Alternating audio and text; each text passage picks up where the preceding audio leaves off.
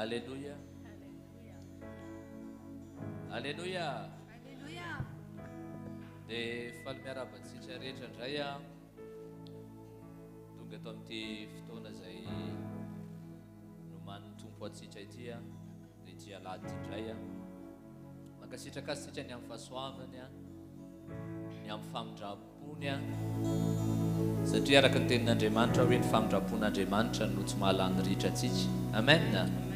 Famindrapon'Andriamanitra izay vaovao isan'andro dia mbola ahafahantsika indray mbola tafatoetra eto mbola ahafahantsika indray mbola afaka manome voninahitra azy eto afaka midera azy afaka mankalaza azy afaka mandreny teny indray Andriamanitra izay miteny amintsika ary fahasoavana lehibe zany ho atsika lasianabavy dia manararoatra n'izay fotoana izay foana isika dia andao amielany tompo indray androany ikasika amielany tompo indray tena hiasa satria fantatro hoe Andriamanitra afaka miasa, Andriamanitra afaka manao zavatra rehetrarehetra eto amin'ity toerana ity.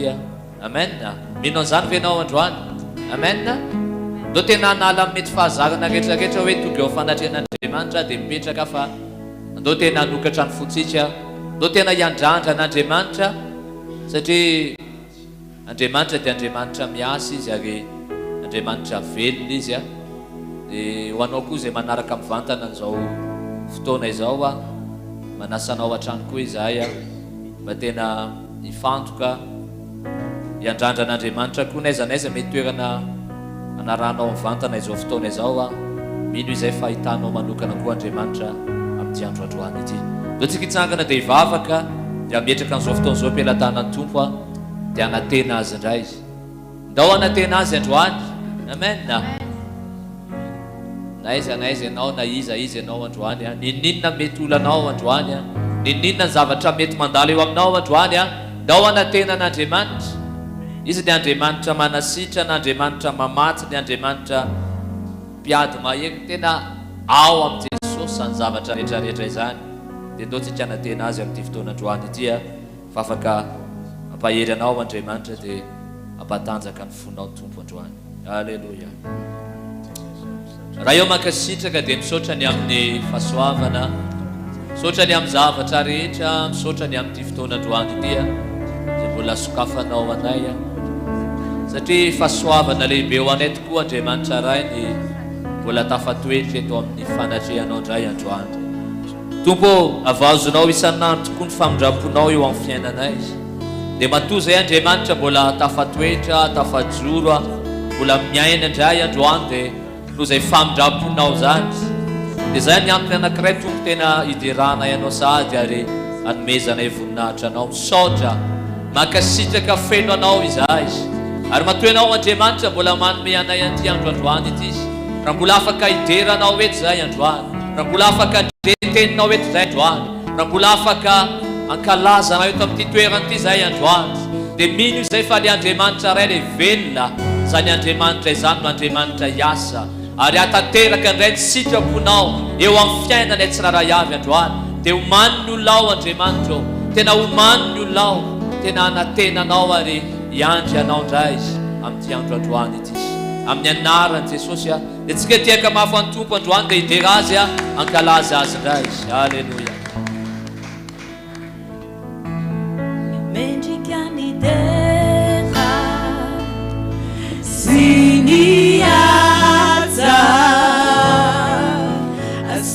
Chagi tanana wanao bauvuni na ichao mejikiani dera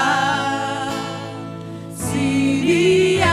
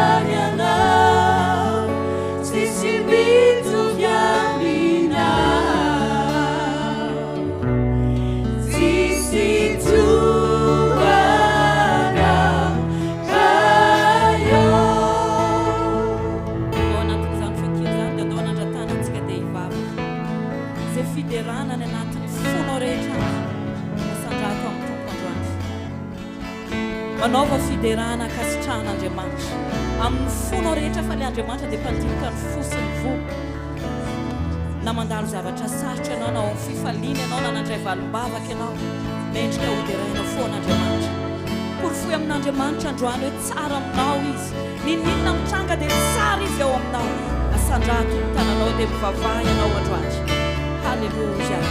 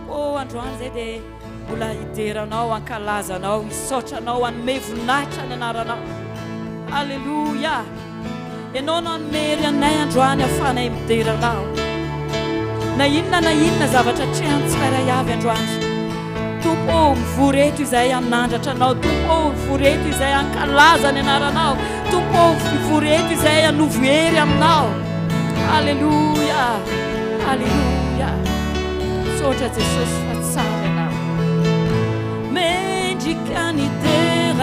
Mejikanidera, Siniata,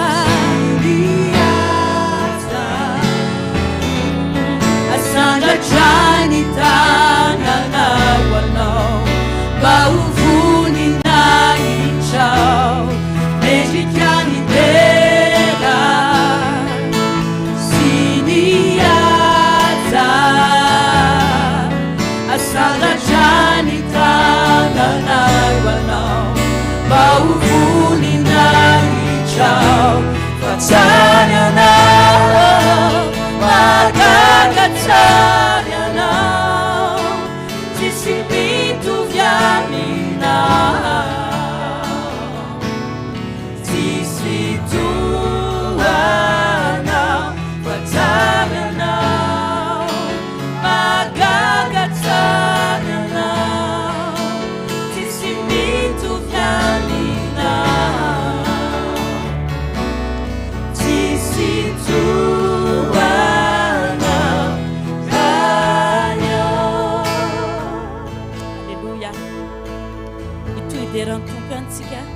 Dotsika idera-tompo amin'ny hoe derao sy ankala zao a aizany kapifaliana asandrato ny fiobiana ataontsika amin'ny fitiafatanana zany a dia idera amin'ny fotsika rehetra sika androany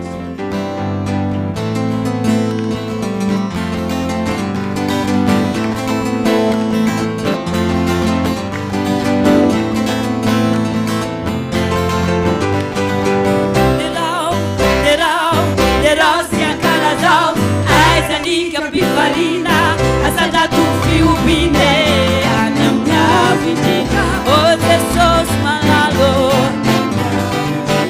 izahay tsy aty, anandratra anao hoe, raha zanaka fanahy dia rasilazana tolotra Alleluia.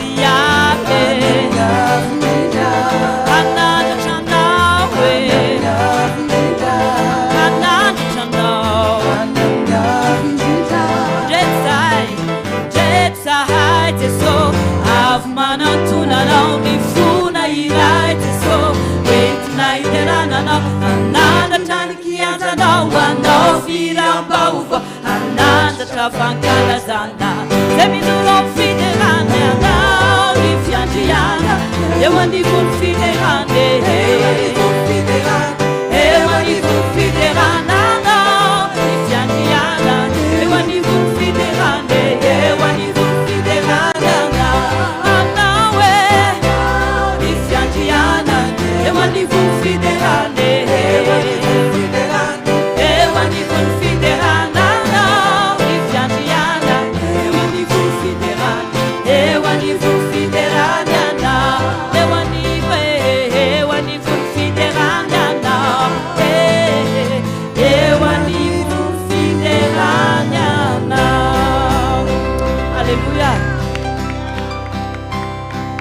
zava-dehibe mbola na afatsika amin'ny deran'ny tompo androany amen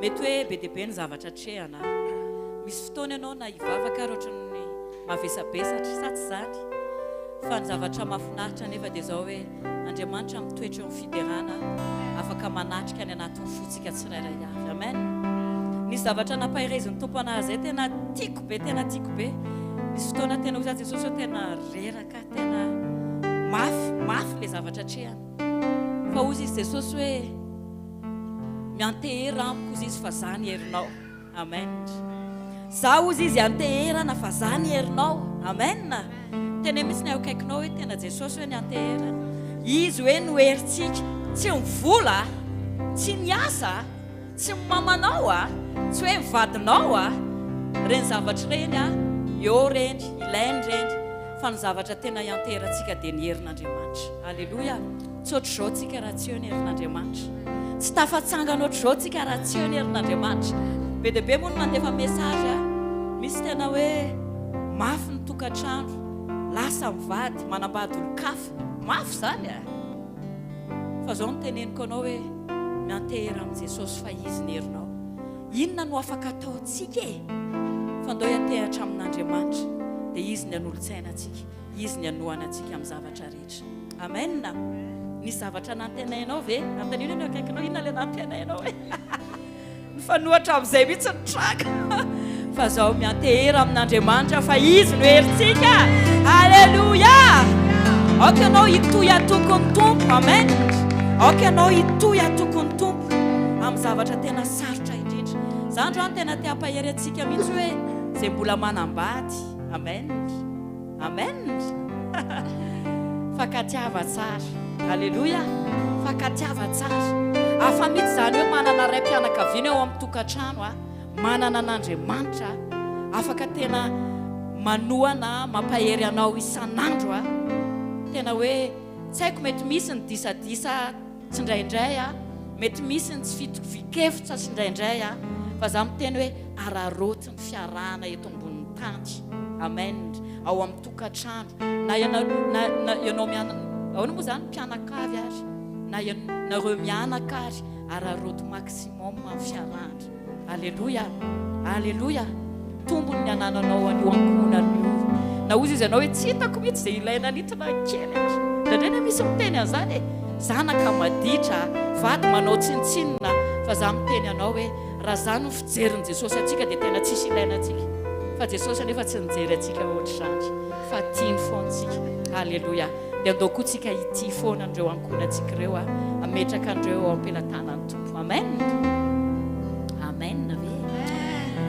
mbola manana fanantenana ve ianao amin'ireo alleluia alleluia tompony miadidy andreo tompony mitazona andreo fa aza matahotra ianao alleluia alleluia ndao tsika hivavaka tsika eo amin'i Jesosy Jesosy eo itoy atoky anao zay itoy atoky anao zay na ohatry ny ahoana na ohatry ny ahoana misy fotoana ohatra ny tady vilivily zany hoe aiza mifamonjena fa tsy misy afa-tsy ny ao amin'i Jesosy mifamonjena tena miteny aminao fa reraka any vao may hidovidovitra any fa tsisy afa-tsy ny ao amin'i Jesosy ozy izy le nisy tanora tato amintsika nanora dia ozy hoe za ozy izy tena reraka tena variana tena manana olana tena ohatr izy hoe afangahy tsy fantatry ndry fa spécialité ny Jesosy daholo ny zavatra rehetra manatona an' Jesosy fahain'ny zavatra rehetra amen ndao tsika hivavaka hoe tompo itoy atoky anao zay alleluia na amin'ny io aretina mahazo anao io ary na fahareran-tsaina ary dia androany hoe Jesosy eo hitoy atoky anao zay. Amen. Jesosy eo. Halleluja. Manararoatra zay eto mifanatrehanao amin'izao fivoriana masina zao Jesosy, satria anao nilaza hoe raha misy orona teny mivora eo amin'ny anarako dia eo afovoany aho. Tsy navelanao mivorivory foana eto zay Jesosy fa manatrika eto ianao. Ary androany zay dia hiteny hoe mbola hitoy atoky anao zay Jesosy. Hitoy atoky anao zay. Ninona zavatra hitan'ny masonay Tompo. Ok zay anana maso tahaka anao tsy hijery ny zavatra rehetra ranofa ao amin'ny fanahy. Halleluja. Tao anatin'ny fahotana izay tsirairay avy ny vonjenao. Ary ianao nanana finoana tany anatinao fa ho voavonjy izahay. Halleluja. Halleluja. Zany zavatra zany ilainay ny anatin'ny fona ihany Jesosy. Le fijerinay mijery ny zavatra rehetra amin'ny masonay, amin'ny masonay aranofa androany omeo anay zany maso ara-panahy zay. Hijerevanay ny ankonanay, hijerevanay ny asanay, hijerevanay ny zavatra rehetra zay mety hoe negativa ny fijerevanay anazy. Halleluja. Hitoy atoky anao zay Jesosy. Halleluja. Mivavaka Tompo ho anay tsirairay avy, ho an'ireto ranadasy rahavavy reto, ny ankizy ny lehibe. Omeo fatokinanao, oka izy fatokinanao any anatin'ny fony. Fa ianao ny teny ao amin'izay tsisy antenana intsony mbola manantena ihany. Teninao zany Andriamanitro. Ary velona sy mahery ny teninao. Halleluja. Oh Tompo, Tompo matoky Yahu. Famyaluka minamu nitananao, nitanana numanu titina.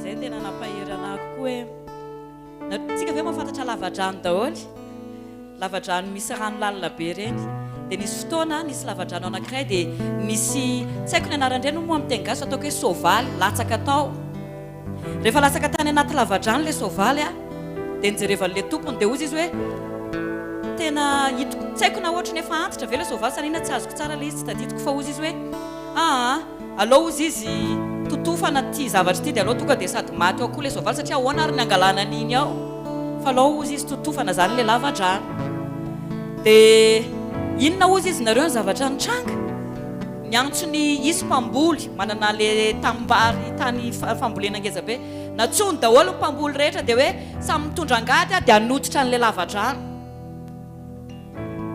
dia rehefa mitondra angady dia tena mianahana kely le biby ao anatin'le ina moa le lavadrano alefa manototra daholo alefa ny zavatra amin'ny angady izay midona amin'ny lamosiny enony misy vato enony misy vovoka dia rehefa midona izy dia ohatra misaoty kely izy midona amin'ny vovoka dia misaoty kely izy ka ny zavatra rehetra midona aminy a nefeny lavadrano dia tafavoaka izy rehefa avy eo azonareo an-tsaina ve totofana ohatrany hoe midofotra any amin'ny lamosiny any daholo ny zavatra rehetra mitorabato anao ny olona rehetra manao tsintsinina anao mpiara-miasa be tsy fantatro manenjika anao ny fianakaviana fa reny zavatra reny a efa zavatra ampiakaran'Andriamanitra anao dia tafavoaka indray ianao rehefa avy eo alleloia tena hoe tsy fantatro a marina hoe ao anatin'ny adytsika eto amin'ny tany fa za miteny anareo io Andriamanitra tsika io Andriamanitra mahery io alleloia ary tsy miova ny heriny amen tsy miova ny heriny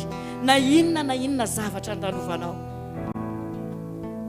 Andriamanitra tena miaro anao ambanin'ny elany amen ary mampahery anao izy matoy anao tafajoro ohatr'izao dia no Jesosy alleluia Tompo matoky yahu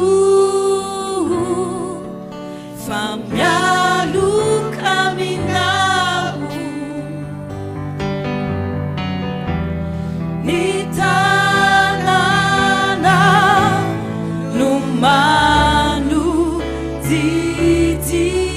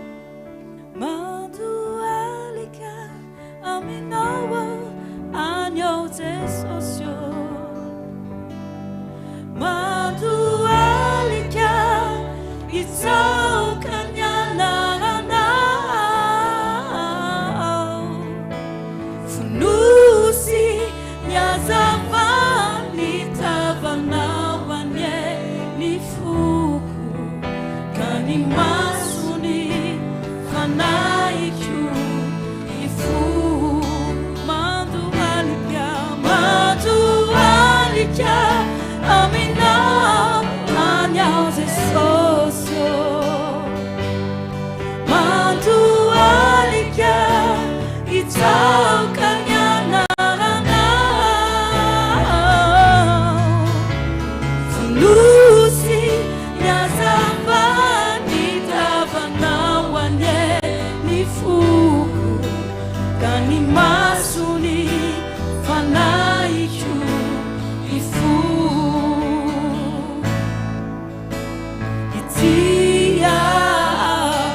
Akufifitahin, akufifitahin.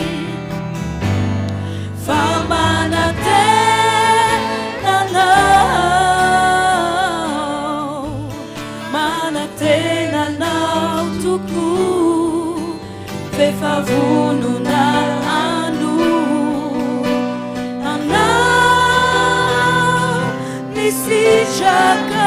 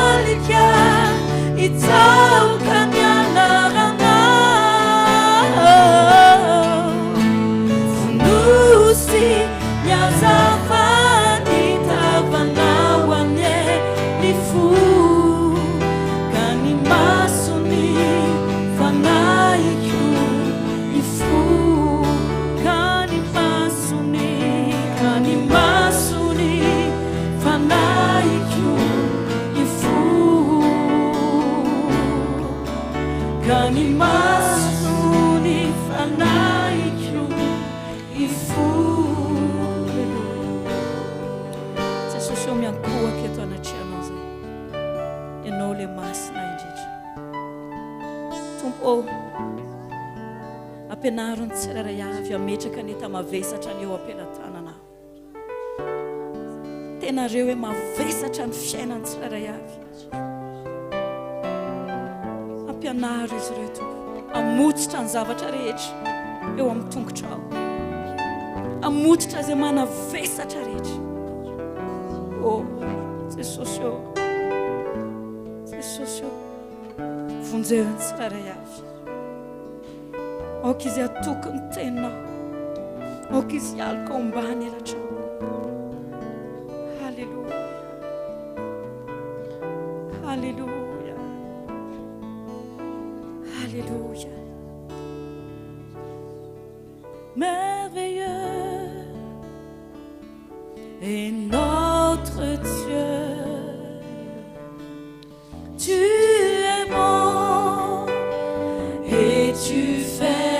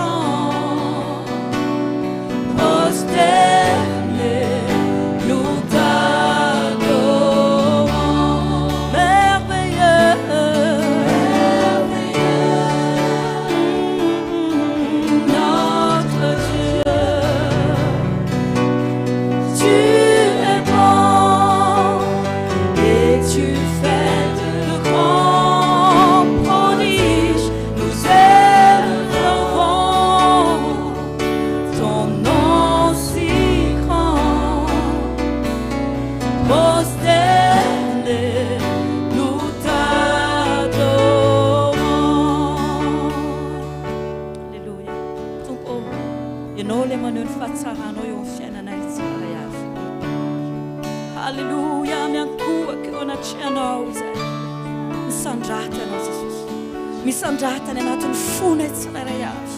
Misandrata eo amin'ny ankohonana tsirairay avy Jesosy. Misandrata Tompo. Halleluja. Aoka ho hita eo amin'ny fiainanay ny fisandratanao. Aoka ho hita eo amin'ny fiainanay Tompo fa manan'Andriamanitra mahery tokoa izay. Halleluja. Halleluja. Halleluja. Ianao le mendrika hodiraina, ianao le mendrika iankofana. Ianao le Andriamanitra mahery. Halleluja. Mifehy an'izao rehetra amin'ny herin'ny teninao ianao. Halleluja. Oh, redio.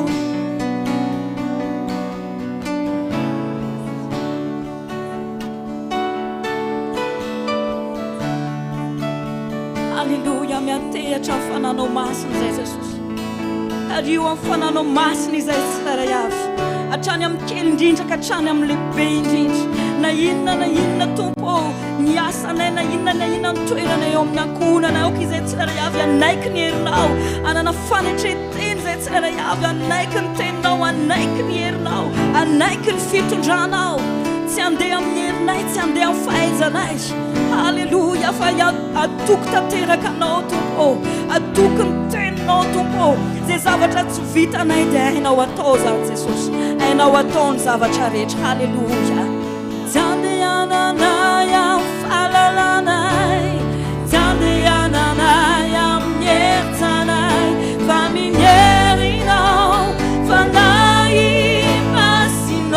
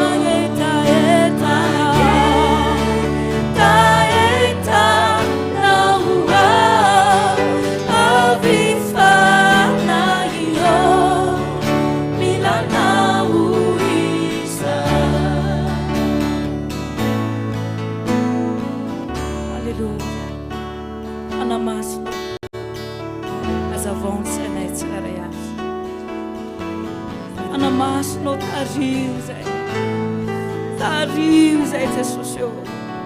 Halleluja. Fanamasina anao le fanapanoana papaeza. Ilainay ianao, fenoy ianao zay.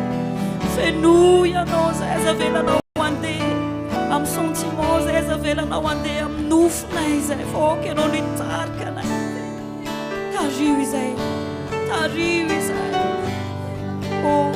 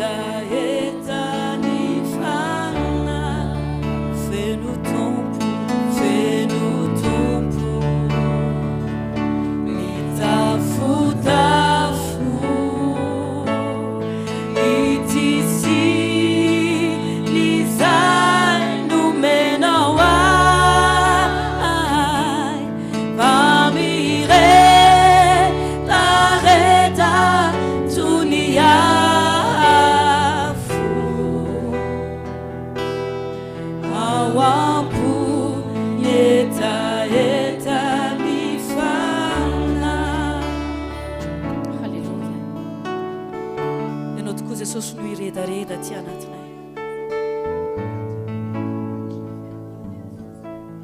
Ok iredareda ty anatin'ny fonay.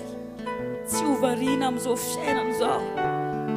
Tsy hovarina amin'ny zavatra rehetra izay mitranga Jesosy. Ok ho hifantoka amin'ny fiarahana aminao izay tsy rarayavy. Oh Jesosy ô. Ok izay tsy rarayavy mba tena ho vonina nomana ny fiainana mandrakizay. Fantatra fa betsaka ny zavatra mety ampivilivily, fantatra fa betsaka ny zavatra mampisavoavoara, fa androany anao. Androany anao Jesosy. Lay mitondra fiadanana, lay mitondra fifaliana, lay mitarika anay amin'ny sitraponao. Fenoy anao zay Jesosy. Fenoy anao, fenoy ny fananao masina. Halleluja. Fenoy anao.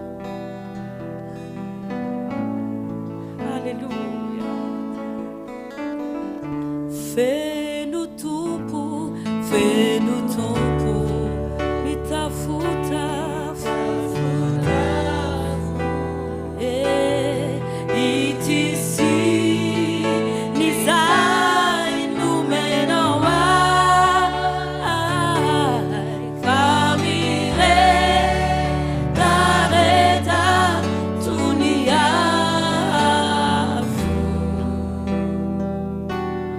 awampu yeta yeta nifa famire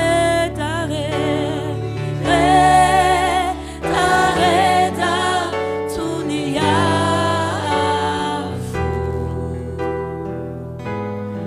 awampu yeta yeta nifana. Haleluya. Amen. Sami mastoirana.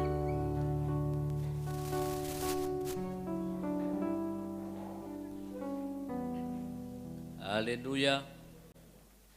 Alléluia. Tsara ny tompo a.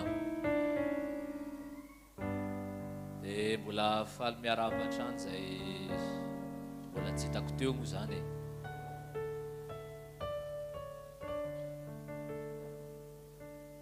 Mino hoe faly ianao tonga eto amin'ity toerana ity androany a, satria eto ny tompo.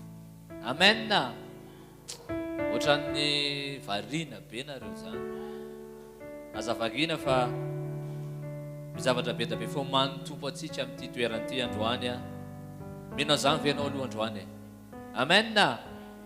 Rehefa tonga eto amin'ity toerana ity tsika dia ndao tena hifoha tsara, hisokatra ny fotsika dia anatena fa mizavatra be da be.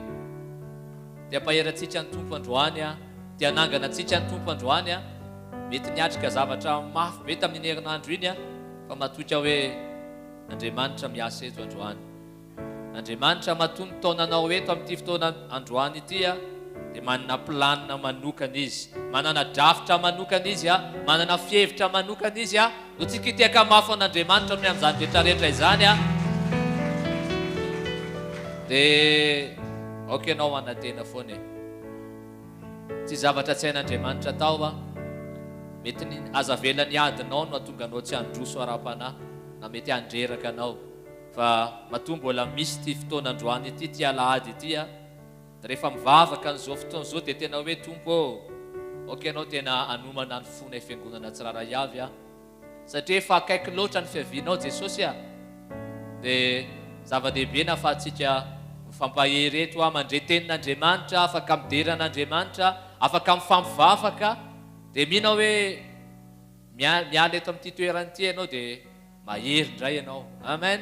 Hiatrika ny herinandro iny a, hiatrika ny zavatra rehetrarehetra, dia tena hisetaheta lalina indray ao anatinao hitadin'ny tompo a amin'ny fotoana rehetrarehetra.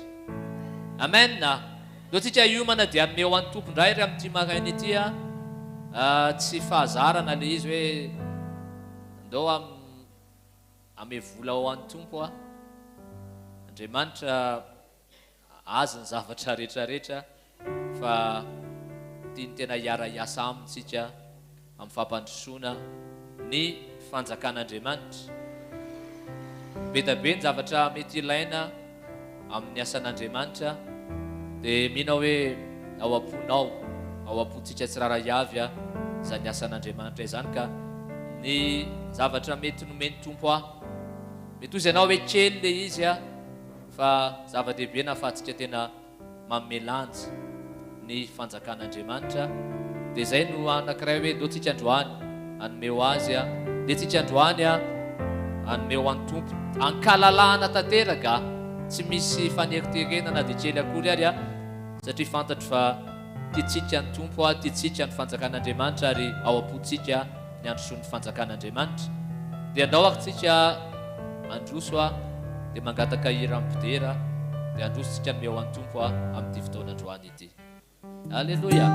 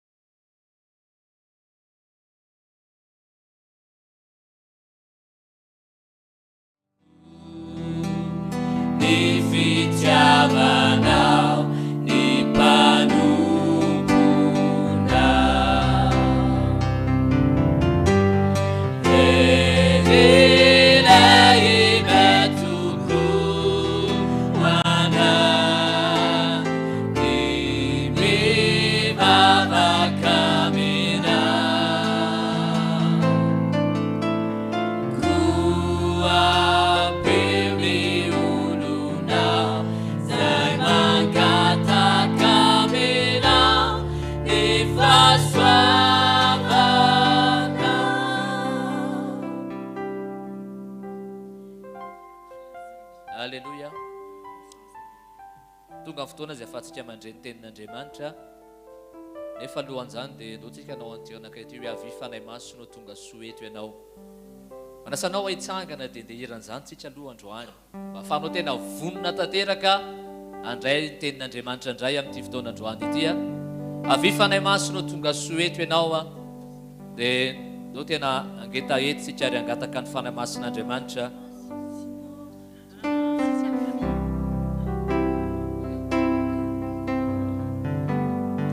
Alléluia.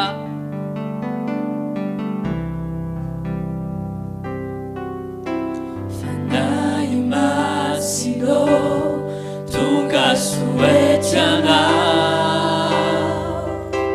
mandray anao zahay raisony toeranao, ianao nandratrana ilanao ny fona famaniry mafy ny fanatrehanao.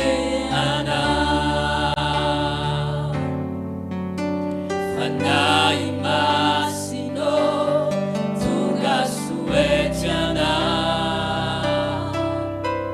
mandray anao zahay raisony toeranao, ianao nandratrana milanao ny fonay famaniry mafy ny fanatrehanao. Avy mameno tanteraka fahetrana, tsy ho feno zavatra hafa afa-tsy anao, hitondrana fiainana tompo ao anatiko ao, fanahy masino mameko indrindry anao.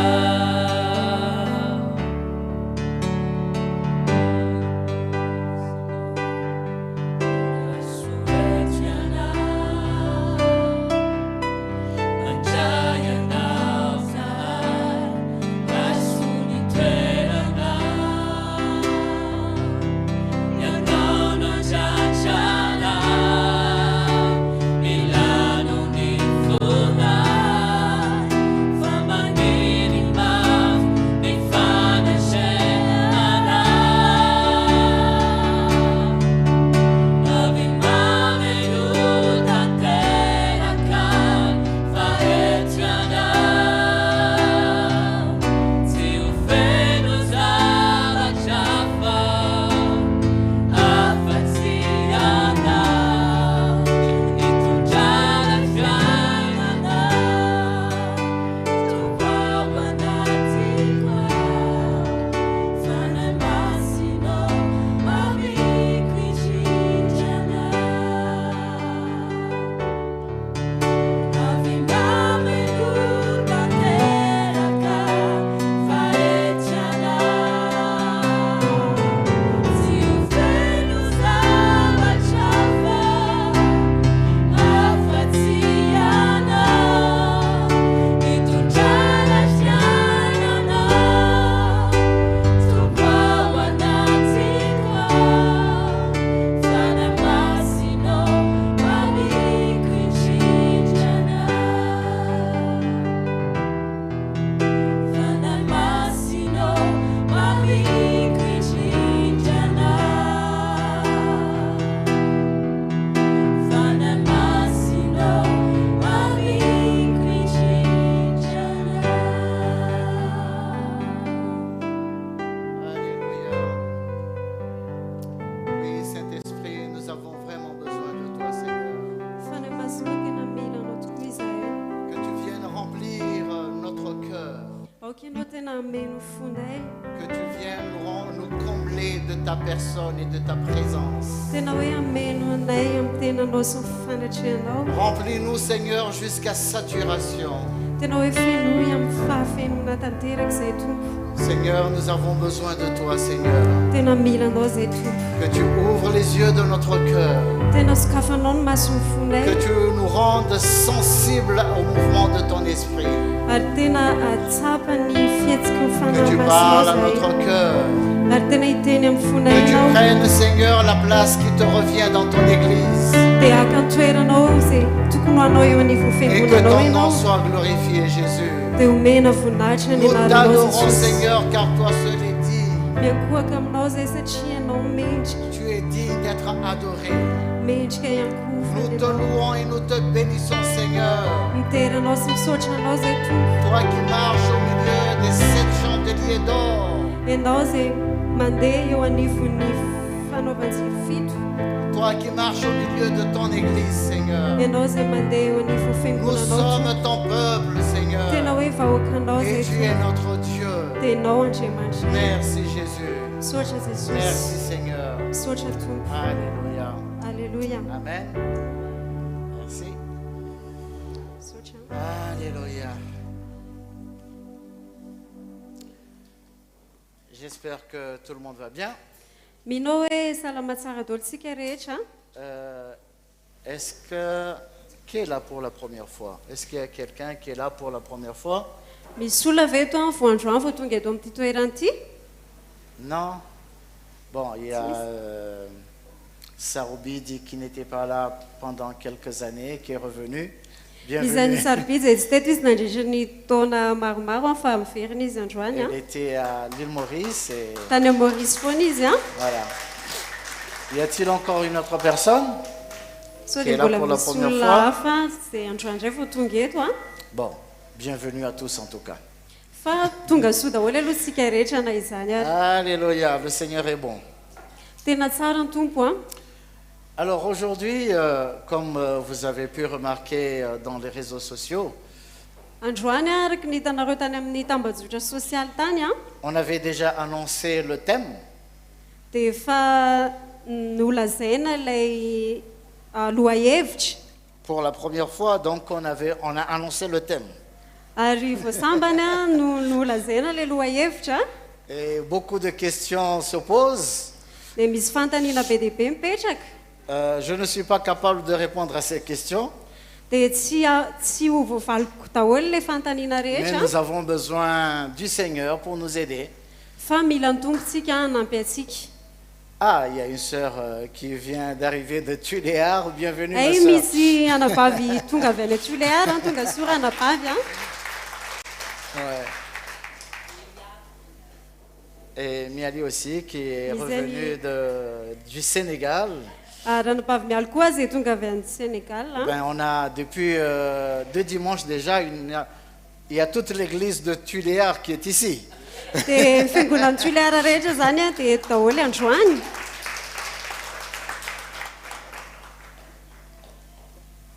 Alors, je vais lire le passage, le thème de ce jour.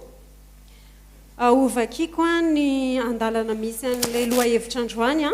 Dans Matthieu chapitre 11, verset 11. Ao Matthieu toko farak ambin'ny folo a, andiny farak ambin'ny folo. C'est Jésus qui parlait, il dit, je vous le dis en vérité, parmi ceux qui sont nés de femmes, il n'y en a point paru de plus grand que Jean-Baptiste. Cependant, le plus petit dans le royaume des cieux est plus grand que lui.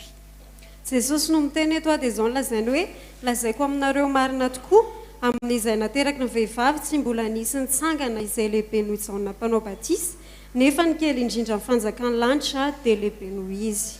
Donc la question qui s'était posée, c'était de savoir, enfin, les réactions que j'ai eues, Ny valiny tao aorianan'ilay nandevasana ilay lohahevitra ny valin'izay voaraiko a. c'est que comment est-ce que Jean-Baptiste, qui est décrit comme étant le plus grand parmi tous ceux qui sont nés de femmes, hoe ahoana moa any Jaona mpanao batisy zany izay nolazaina hoe lehibe a mihoatra noho ireo izay natera-behivavy a.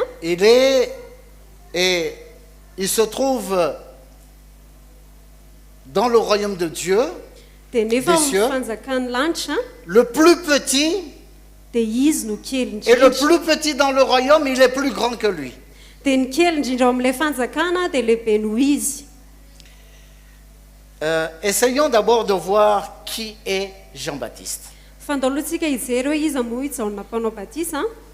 Parce que si nous savons qui est Jean-Baptiste, nous pouvons mieux comprendre plus tard la position qu'il avait Satria raha fantatsika hoe izy jaona mpanao batisa dia ho fantatsika hoe inona ny toerana izay nisy azy et nous pouvons comprendre aussi la position de ceux qu'on appelle les plus petits dans le royaume des cieux. dia ho azontsika koa hoe inona ny toerana misy andro izay kely indrindra ao amin'ny fanjakany lanitra. Au regard de la Bible, nous voyons que Jean-Baptiste était le fils de Zacharie. Rehefa mijery ao amin'ny baibolitsika dia hitantsika hoe jaona mpanao batisa dia zanak Zakaria, Zacharie était un sacrificateur ary Zakaria dia mpisorona et servait dans le temple à Jérusalem. dia izy dia nanompo tao amin'ny tempoly atao à Jérusalem. Il avait un âge assez avancé, lui et sa femme. Dia efa nandrosondroso ihany ny taonany sy ny taona ny vadiny. Sa femme avait dépassé l'âge d'avoir un enfant. Dia ny taona ny vadiny dia efa nihoatra ny taona izay tokony hoe ahafahana manana zanaka. Ils avaient beaucoup prié, ils avaient beaucoup demandé au Seigneur de leur donner un enfant. Dia tena mivavaka be ry zareo nangataka tamin'ny tompo mba hanome zaza ho an'izy ireo. Et un jour, pendant que Zacharie, c'était son tour de servir dans le temple, Dia tamin'ny andro anankiray rehefa anjarany ny nanompo tao amin'ny tempoly il est entré dans le lieu très saint dia niditra tao amin'ny toerana masina indrindra pour izy servir. mba hanompo. Et là, l'ange Gabriel lui est apparu Dia teo any anjely Gabriela dia tonga teo aminy et potra teo lui a anatrehany. dit qu'il allait avoir un enfant. Dia niteny taminy hoe hananjanaka izy. Il a douté. Dia nisalasala izy ny amin'izay. Il avait besoin d'un signe du Seigneur. Fa tena nila famantarana avy amin'ny tompo izy. Et par conséquent, le Seigneur l'a rendu muet. Dia ny vokatr'izay dia nataony tompo tonga mona izy. Il ne pouvait pas parler. Dia tsy afaka niteny izy. Son service devait passer vraiment très rapidement. Dia ny fanompony dia tokony hoe nandeha angekaingana zany. Mais vu qu'il a passé beaucoup de temps en conversation avec l'envoyé du Seigneur, l'ange du Seigneur, Fa noho ny hoe nandany fotoana be izy ny resaka tamin'ilay ny ran'Andriamanitra. les gens qui attendaient dehors, ils se demandaient, mais qu'est-ce qui se passe? Qu'est-ce qui lui est arrivé? Dia ilay olona niandro tao ivelany dia nandany hoe fa inona ny zavatra mitranga ao anatiny ao. D'après certains documents, Ary araka rakitra sasasasany hafa. c'est pas écrit dans la Bible, hein, Tsy voarakitra ao anaty baiboly akory mais zany on trouve cela dans l'histoire du peuple d'Israël. fa hita ao anatin'ny tantaran'ny vahoakan'Israely zany Les sacrificateurs qui entraient dans le lieu très saint, hoe ny mpisorona izay miditra ao amin'ny toerana masina indrindra on leur attachait un ficelle à l'orteil, dia le gros orteil. amatorana kifehy kely eo amin'ny akibehan'izy ireo. Donc, ils entraient dans le lieu très saint, Dia rehefa mitsofoka ao amin'ny toerana masina indrindra izy et c'est un endroit où n'importe qui ne pouvait pas entrer, dia tsy hoe ny olona rehetra akory ny afaka miditra ao amin'izany toerana izany parce que c'était entrer dans la présence du Seigneur. satria mitsofoka ao amin'ny fanatrehan'ny tompo zany. Tout le monde ne peut pas entrer dans la présence du Seigneur. Ary tsy ny olona rehetra ny afaka miditra eo amin'ny fanatrehan'ny tompo. Seul le souverain sacrificateur pouvait entrer une fois par an Fa ny mpisorona lehibe ihany no afaka miditra indray mandeha dans le lieu isan-taona très saint. eo amin'ny efitra masina Alors ce indrindra. jour-là, c'était le jour de Zacharie d'entrer dans ce lieu-là. Ary tamin'io fotoana io dia anjaran'ny Zakaria no nitsofoka teo amin'ilay toerana masina indrindra. Et il a tardé à sortir. Dia elaela izy voavoaka avy ao On se zany. demandait pourquoi il retardait à sortir. Dia nanontany ny olona hoe fa maninona izy no ela be vao mivoaka. Certainement, peut-être on commençait à se demander, peut-être il faut tirer la ficelle. Dia neritreritra ilay olona sao dia tokony sotomina ilay tady. Bon, non, c'était pas sur l'orteil, mais c'était sur le pied. On attachait le pied. Tsy teo amin'ny akibe zany ilay izy fa nifatorana teo amin'ny tongotra. Pourquoi on attachait un fil ou une corde au pied du sacrificateur? fa maninona moa no fatorana tady a ny tongotry n'ilay mpisorona Parce que si jamais le sacrificateur arrivait à faire une chose qui ne plaît pas au Seigneur, satria raha io mpisorona io a ka manao zavatra zay tsy sitrak'Andriamanitra il mourrait sur le coup. dia ho faty a eo ny eo izy Et s'il mourait dans le lieu très saint, ary raha ohatra izy ka maty eo amin'ilay efitra masina indrindra comment est-ce qu'on peut faire pour le retirer de là? dia ahoana no moa no atao a izy tomana anazy avy ao Parce que tout le monde ne peut pas entrer dans le lieu très saint. satria tsy ny olona rehetra ny afaka mitsofoka ao amin'ilay efitra masina indrindra Voilà pourquoi on attachait une corde au pied. dia zay ny antony hoe nasiana tady a fatorana teo amin'ny Comme tongony ça, a on peut le tirer dia afaka sotomina avy pour ao le faire izy sortir du lieu très saint. amoahana anazy avy ao amin'ilay efitra masina indrindra Donc, comme il tardait à sortir, dia rehefa taraiky izy mivoaka avy ao a on se demandait, mais pourquoi? Qu'est-ce qui s'est passé? dia nanontany izy ireo hoe fa maninona inona zavatra mitranga Mais après un long moment, il est sorti quand même. dia nefa ny atao aoriana fotoana elaela dia mivoaka ihany Mais il izy est sorti muet fa mivoaka avy ao izy a dia mona parce qu'il avait douté de la parole du Seigneur. satria izy a dia salasala ny amin'ny tenin'Andriamanitra Et ça a été un étonnement pour tout le monde. dia efa agagana ho an'olona rehetra ilay izy Comment se fait-il que Zacharie, qui se portait bien, qui n'avait aucun problème, hoe fa maninona zakaria zay tsy nanana olana salama tsara il est entré dans le lieu très saint, dia nitsofoka atao amin'ny efitra masina indrindra izy a sans problème. tsy nisy olana Il est ressorti du lieu très saint fa mivoaka avy ao izy a et il est devenu muet. dia tonga mona Normalement, quelqu'un qui est muet, raha ny tokony ho izy hoe olona mona zany a s'il entre dans la présence du Seigneur, raha mitsofoka eo amin'ny fanatrehan'Andriamanitra il izy doit retrouver la parole, dia tokony afaka miteny izy n'est-ce pas? sa tsy zany Mais lui, c'était le contraire. fa ny azy a dia mifanohatra tamin'izay Il pouvait parler avant d'entrer dans le lieu très saint, afaka niteny izy atao alohan'ny hiditra atao amin'ilay mais efitra quand masina il est indrindra sorti de la présence du Seigneur, fa rehefa mivoaka avy eo amin'ny fanatrehan'Andriamanitra il est izy devenu muet. dia lasa tonga mona Donc c'était le père de Jean-Baptiste. ary io a no rainy jaona mpanao Et batisa sa mère s'appelait Élisabeth. ary ny reniny a dia Elisabeta ny anarany Donc Élisabeth est tombée enceinte de Jean-Baptiste. dia Elisabeta dia nanananaka ny jaona mpanao batisa Et le Seigneur avait dit à Zacharie dia ny tompo a dia niteny tamin'ny zakaria hoe que son fils s'appellerait Jean. hoe ny zanany a dia ho ataony hoe jaona ny anarany Il est là, Jean, hein?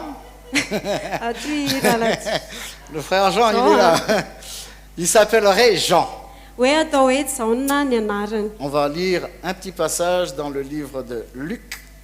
amaky andalana anankiray tsika ao amin'ny bokin'ny Luka Luc chapitre 1. Luka toko voalohany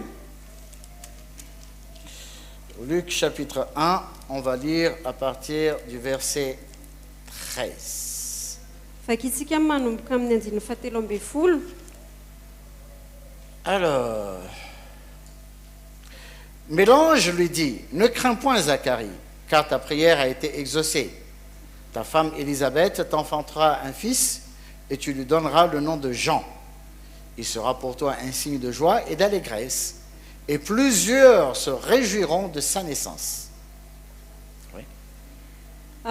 andiny fahatelo ambin'ny folo fa hoy ilay anjely taminy aza matahotra ry zakaria fa efa nohenona ny fangatanao ka Elisabeta vadinao dia hiteraka zazalahy aminao ary jaona no ataonao anarany ary ho faly sy ho raviravy ianao ary maro no hifaly amin'ny haterahany Car il sera grand devant le Seigneur, il ne boira ni vin, ni liqueur enivrante, et il sera rempli de l'Esprit Saint dès le sein de sa mère. fa ho lehibe eo anatrehany tompo izy ary tsy hisotro divay na toaka sady ho fenona ny fanahy masina hatrany ekipondreniny azy Il ramènera plusieurs des fils d'Israël au Seigneur, leur Dieu. Il marchera devant Dieu avec l'esprit et la puissance d'Élie pour ramener les cœurs des pères vers les enfants et les rebelles à la sagesse des justes, afin de préparer au Seigneur un peuple bien disposé. ary maro amin'ny zanak'Israely no ampidiny amin'ny Jehovahandriamanina ary izy andeha eo alohany amin'ny fanahy sy ny herin'ny Eli mba hampody ny fondray ho amin'ny zanany ary ny tsy manoa ho amin'ny fahendren'ny marina amboatra firenena voahomana ho an'ny tompo. Alors, cela fut la parole du Seigneur, zay a no teny lazain'ny tompo zany que Jean-Baptiste, au verset 15, il dit qu'il sera grand devant le Seigneur. eo amin'ny andiny fatimy amby folo a hoe fa ho lehibe eo anatrehan'ny tompo i zaona mpanao batisa Ce n'est pas un homme qui a dit que Jean-Baptiste serait grand. tsy olombelona akory no niteny hoe ho lehibe a izaona mpanao batisa C'est la parole du Seigneur même. fa ny tenin'andriamanitra mihitsy no niteny an'izany. Personne sur la terre n'a jamais reçu cet attribut de Dieu lui-même. Ary tsy mbola nisy a olona tetỳ ambonin'ny tany a na voaray an'izany teny lazain'andriamanitra izany Seul Jean-Baptiste. fa izaona mpanao batisa rery ihany. Dieu a dit que Jean-Baptiste sera grand Andriamanitra no niteny devant hoe le Seigneur. izaona mpanao batisa dia ho lehibe eo anatrehan'ny tompo. Et pour cela, Ary ho amin'izany a Jean-Baptiste ne devrait boire ni du vin, ni de liqueur enivrante. dia izaona mpanao batisa zany a dia tsy tokony hisotro divay a na toaka. Lorsque nous regardons les Écritures, Rehefa mijery ny soratra masina isika dans l'Ancien Testament, any amin'ny testamenta taloha parce qu'on a parlé de Zacharie son père, satria tsika niresaka momba ny Zakaria zay rainjaona qui a zany servi selon le régime de l'Ancienne Alliance, izay nanompo a tamin'ny fomban'ny fanekena taloha donc il y avait les sacrificateurs, dia nisy ny mpisorona mais il y avait aussi d'autres personnes qui servaient le Seigneur, dia nisy ihany koa nefa olona hafa koa izay nanompo ny tompo qui n'étaient pas vraiment des sacrificateurs, izay tsy mpisorona izy mais ireo qui a pouvaient servir le Seigneur. fa afaka manompo ny tompo. Et ces gens-là, on les appelle les Naziréens. Ary ireo olo ireo a dia natsoina hoe nazirita, C'est pas Nazaréen, hein. tsy nazarianina akory a, Naziréens. nazirita. Qui sont ces personnes qu'on appelle Naziréens dans la Bible? Ary iza ireo olona izay natsoina hoe nazirita tao anatin'ny baiboly ireo. Ce sont des personnes que Dieu a choisies, Ireo a dia olona izay nividian'Andriamanitra. parfois depuis qu'ils sont dans le sein de leur mère. Indraindray ary tena hoe mbola vao tao akibon-dreniny izy ireo a Et le Seigneur dit à leur mère, dia ny tompo dia niteny tamin'ny renin'ilay zaza zany hoe depuis leur conception, hoe tamin'ny vao ny foronany a qu'ils ne doivent rien toucher dia tsy tokony hikasika des produits de la vigne. Bon, c'est-à-dire ils ne doivent pas manger de raisin. Zany hoe tsy tokony hihinana voaloboka izy ireo a Ils doivent rien utiliser, rien consommer venant de la vigne. ary izy a dia tsy tokony hisotro a na hihinana vokatra avy amin'ny À voaloboka cause de l'enfant qu'ils portent dans leur sein.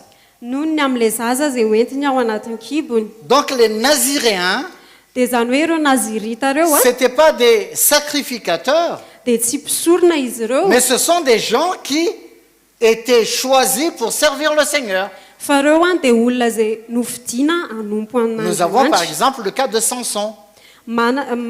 Manana ohatra tsika ohatra i Samson. Donc il ne doit pas boire du vin, Izy zany a dia tsy tokony hisotro divay ni a consommer du vinaigre, na hisotro vinaigitra ni se faire couper les cheveux. na hanapaka volo. C'était ça la condition pour les Naziréens. Ary izay a ny fepetra ho andreo nazirita ireo. Mais il y a aussi des gens Fa misy ihany koa olona qui ne sont pas choisis par le Seigneur depuis le sein de leur mère izay tsy nividian'Andriamanitra nanomboka tany akibon-dreniny pour a être des Naziréens, ho tonga nazirita. mais eux-mêmes ils peuvent dire non, moi je veux être Naziréen, Fa izy ireo nefa dia afaka miteny hoe za te ho nazirita. et ils font un vœu, Dia manao voady izy ireo a le vœu de se soumettre aux conditions de Naziréen. manao voady a ny anaiky a ny fepetra izay ianandreo nazirita. Alors le cas de Jean-Baptiste, Ary jaona mpanao batisa il n'était pas complètement Naziréen izy zany tsy tena hoe nazirita tanteraka parce qu'il n'était pas soumis aux conditions de ne pas se faire couper les cheveux. satria izy a dia tsy teo ambanin'ilay fepetra hoe tsy tokony hanapaka volo. Mais il est fils d'un sacrificateur. Fa izy a zanaka mpisorona. J'espère que vous me suivez. Mino hoe arakareo a Ok. Donc, Ésaïe a dit qu'il serait un grand homme de Dieu. Ary Isaia dia niteny hoe ho tonga lehilahyn'Andriamanitra lehibe izy. Malachie, on a parlé aussi de lui. Malachie chapitre 3, Ao Malakia toko fahatelo dia resaka anazy koa au verset 1. andiny voalohany. Voici, j'enverrai mon messager, il préparera le chemin devant moi, et soudain entrera dans son temple le Seigneur que vous cherchez, et le messager de l'alliance que vous désirez, voici il vient, dit l'Éternel des armées. Malakia toko fahatelo andiny voalohany indro aniraka ny hirako aho ary izy anamboatra lalana eo alohako ary ny tompo izay tadiavinareo dia ho avy tampoka ho eo an-tempolony ary ny anjelo mifanekena izay irianareo dia indro tamy izy ho Jehovah tompo maro. Si nous lisons la Bible depuis la Genèse jusqu'à l'Apocalypse, Raha ohatra tsika ka mamaky baiboly manomboka any amin'ny Genesis ka hatrany amin'ny Apokalipsy nous verrons que Jésus est le centre dia hitantsika hoe Jesosy no ivon'ilay izy, de toute la parole de Dieu. ivon'ny tenin'Andriamanitra Toutes les rehetra Écritures sont centrées sur Jésus. ary ny soratra masina rehetra dia mihodidina eo amin'ny Jesosy. Tous les prophètes qui se sont succédés, Ary ny mpaminany rehetra izay fandimby ils ont annoncé Jésus. dia efa nanambara momba ny Jesosy. Mais ici, nous avons deux prophètes, Fa eto tsika dia mahita mpaminany anankiroa, Ésaïe et Malachie, Isaia sy Malakia, qui ont annoncé l'arrivée de Jean-Baptiste. izay anlaza ny fahatongavan'ny Jaona mpanao batisa. Aucun prophète n'a annoncé l'arrivée d'une personne autre que Jésus. Tsy nisy mpaminany nanambara fahatongavana olona anankiray afa-tsy Jesosy Mais Kristy irery ihany. Malachie et Ésaïe, ils ont annoncé l'arrivée de Jean-Baptiste. Fa Malakia sy Isaia dia nilazany amin'ny fahatongavan'ny Jaona mpanao batisa. C'est pour que nous voyions combien Jean-Baptiste a une place vraiment très importante Io zany dia ahafahantsika mahita hoe i Jaona mpanao batisa dia nanana toerana tena lehibe devant le Seigneur. teo anatrehan'ny tompo. Et il avait un ministère spécifique Dia izy nanana asa fanompoana parce manokana qu'il a été envoyé satria izy dia nirahana pour préparer le chemin du Seigneur. mba hanomana ny lalan'ny tompo. On parlera tout à l'heure du ministère de Jean-Baptiste Ho resantsika rehefa eo ny momba ny asa fanompoany parce Jaona que j'ai mpanao dit batisa qu'il avait un statut un peu naziréen.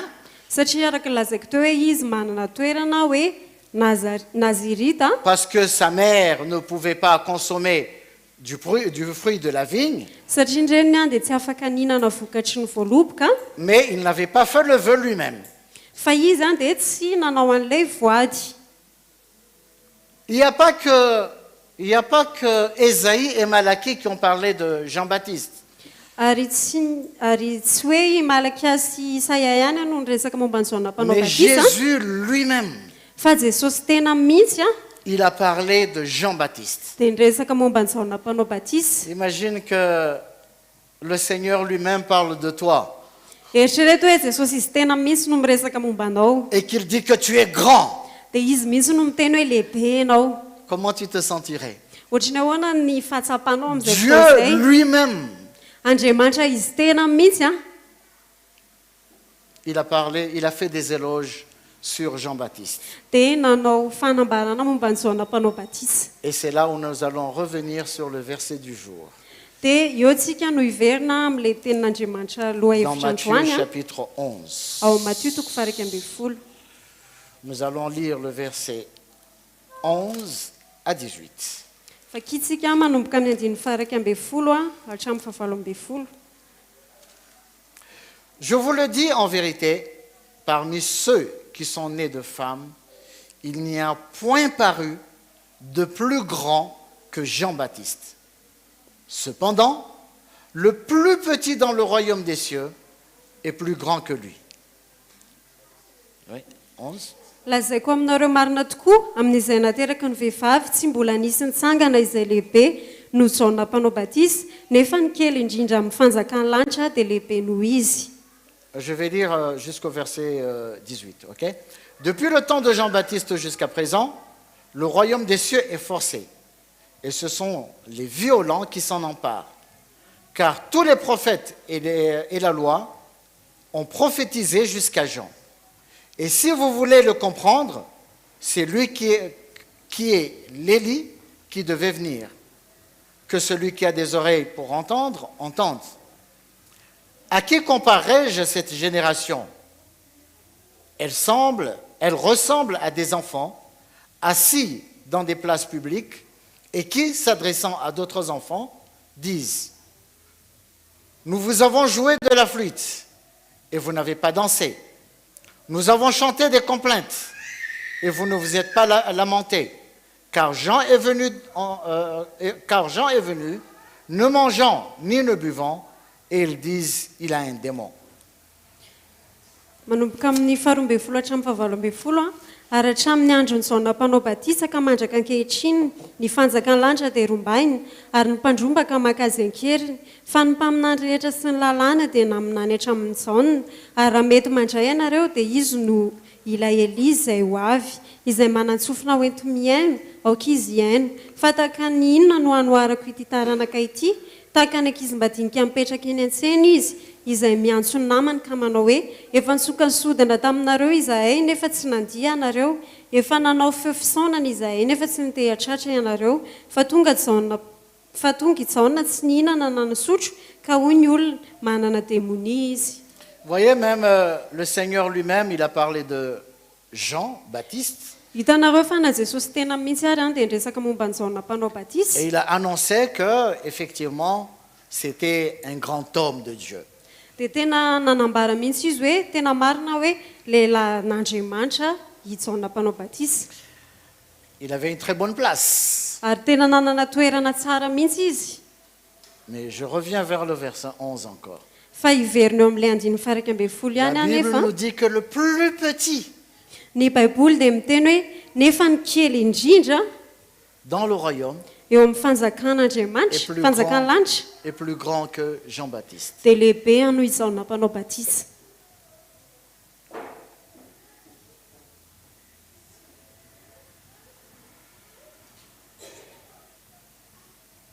Parmi tous ceux qui sont nés de femmes, Ary tamin'ireo izay rehetra natera-behivavy, c'est-à-dire sur toute la race humaine, hoe teo amin'ny olombelona rehetra zany a, sauf Adam et Ève, afa-tsy Adama sy Eva, parce que Adam et Ève, ils ne sont pas nés de femmes. satria Adama sy Eva dia tsy natera-behivavy. Et sauf le Seigneur, bien sûr. Dia Jesosy ihany koa, Il est au-dessus afa-tsy de Jesosy tout ihany parce koa, qu'il est Dieu. satria Jesosy dia ambonin'ny zavatra rehetra Et satria izy d'ailleurs, Andriamanitra. même Jean-Baptiste le dit, Satria na Jaona mpanao batisa ary dia milaza an'izany que ihany koa Jésus est au-dessus de lui. hoe Jesosy dia ambony noho izy. On verra ça tout à l'heure. Ho hitantsika izay rehefa avy eo Donc, a. sur toute la race humaine, Zany hoe teo amin'ny olombelona rehetra il n'y a personne qui soit plus grand que Jean-Baptiste. tsy nisy lehibe noho i Jaona mpanao Mais batisa. le plus petit dans le royaume des cieux. Fa nefa ny kely indrindra eo amin'ny Mais fanjakan'ny qui est dans le lanitra. royaume des cieux? Fa iza nefa ny eo amin'ny fanjakan'ny lanitra. Qui peut être le plus petit dans le royaume des cieux? Ary iza ny kely indrindra eo amin'ny fanjakan'ny C'est pas lanitra. quelqu'un qui est né d'une femme. Tsy olona natera-behivavy ve? Certainement, ce sont des gens qui sont nés de femmes. Marina mihitsy fa olona natera-behivavy. Mais Ah, comment soit. comprendre un peu cela? Fa ahoana no afaka azotsika an'izany? Moi, je crois fermement que tout le monde veut avoir une bonne position dans le royaume des cieux, n'est-ce pas? Ary za mino hoe ny olona rehetra dia te hanana toerana tsara eo amin'ny fanjakan'ny lanitra sa tsy zany? Pourquoi il y a des guerres sur la terre? Fa maninona no misy ady ety ambonin'ny tany? Pourquoi il y a de la jalousie? Fa maninona no misy ny fialonana? Pourquoi il y a de la haine? Fa maninona no misy ny Pourquoi fankahalana? il y a des combats? Fa maninona no misy ady? Pourquoi nous avons des problèmes entre nous les humains? Fa maninontsika manana olana eo amin'ny Parce que samitsika chacun veut olombelona. avoir une bonne position dans la Satria société. tsirairay dia te hanana toerana tsara eo On anivon'ny veut fiarahamonina. avoir une bonne position dans le lieu de travail. Te hanana toerana tsara eny am-piasana. Et ça attise la haine et la jalousie. Dia zany dia manesika ny fankahalana sy ny fialonana. Même au sein de l'Église, Na eo anivon'ny fiangonana ary il y a beaucoup qui se bousculent, ils veulent avoir une place dia dans misy ireo l'Église. mifanosika azy te hanana toerana eo anivon'ny fiangonana. Et qui ne veut pas avoir une bonne position dans le royaume des cieux? Ary iza moa zany tsy te azo toerana tsara eo amin'ny fanjakan'ny Je ne sais lanitra. pas pour vous, Tsy haiko hoe ohatrany ahoana nareo a Mais moi, je veux avoir une bonne place, une bonne position dans le royaume des cieux. fa za te hanana toerana tsara amin'ny fanjakany lanitra. Amen. Amen. Et j'espère que chacun d'entre nous, nous voulons avoir une bonne place dans le royaume des cieux. Dia za mino hoe ny tsirairay avy amintsika te hanana toerana tsara eo amin'ny fanjakany lanitra.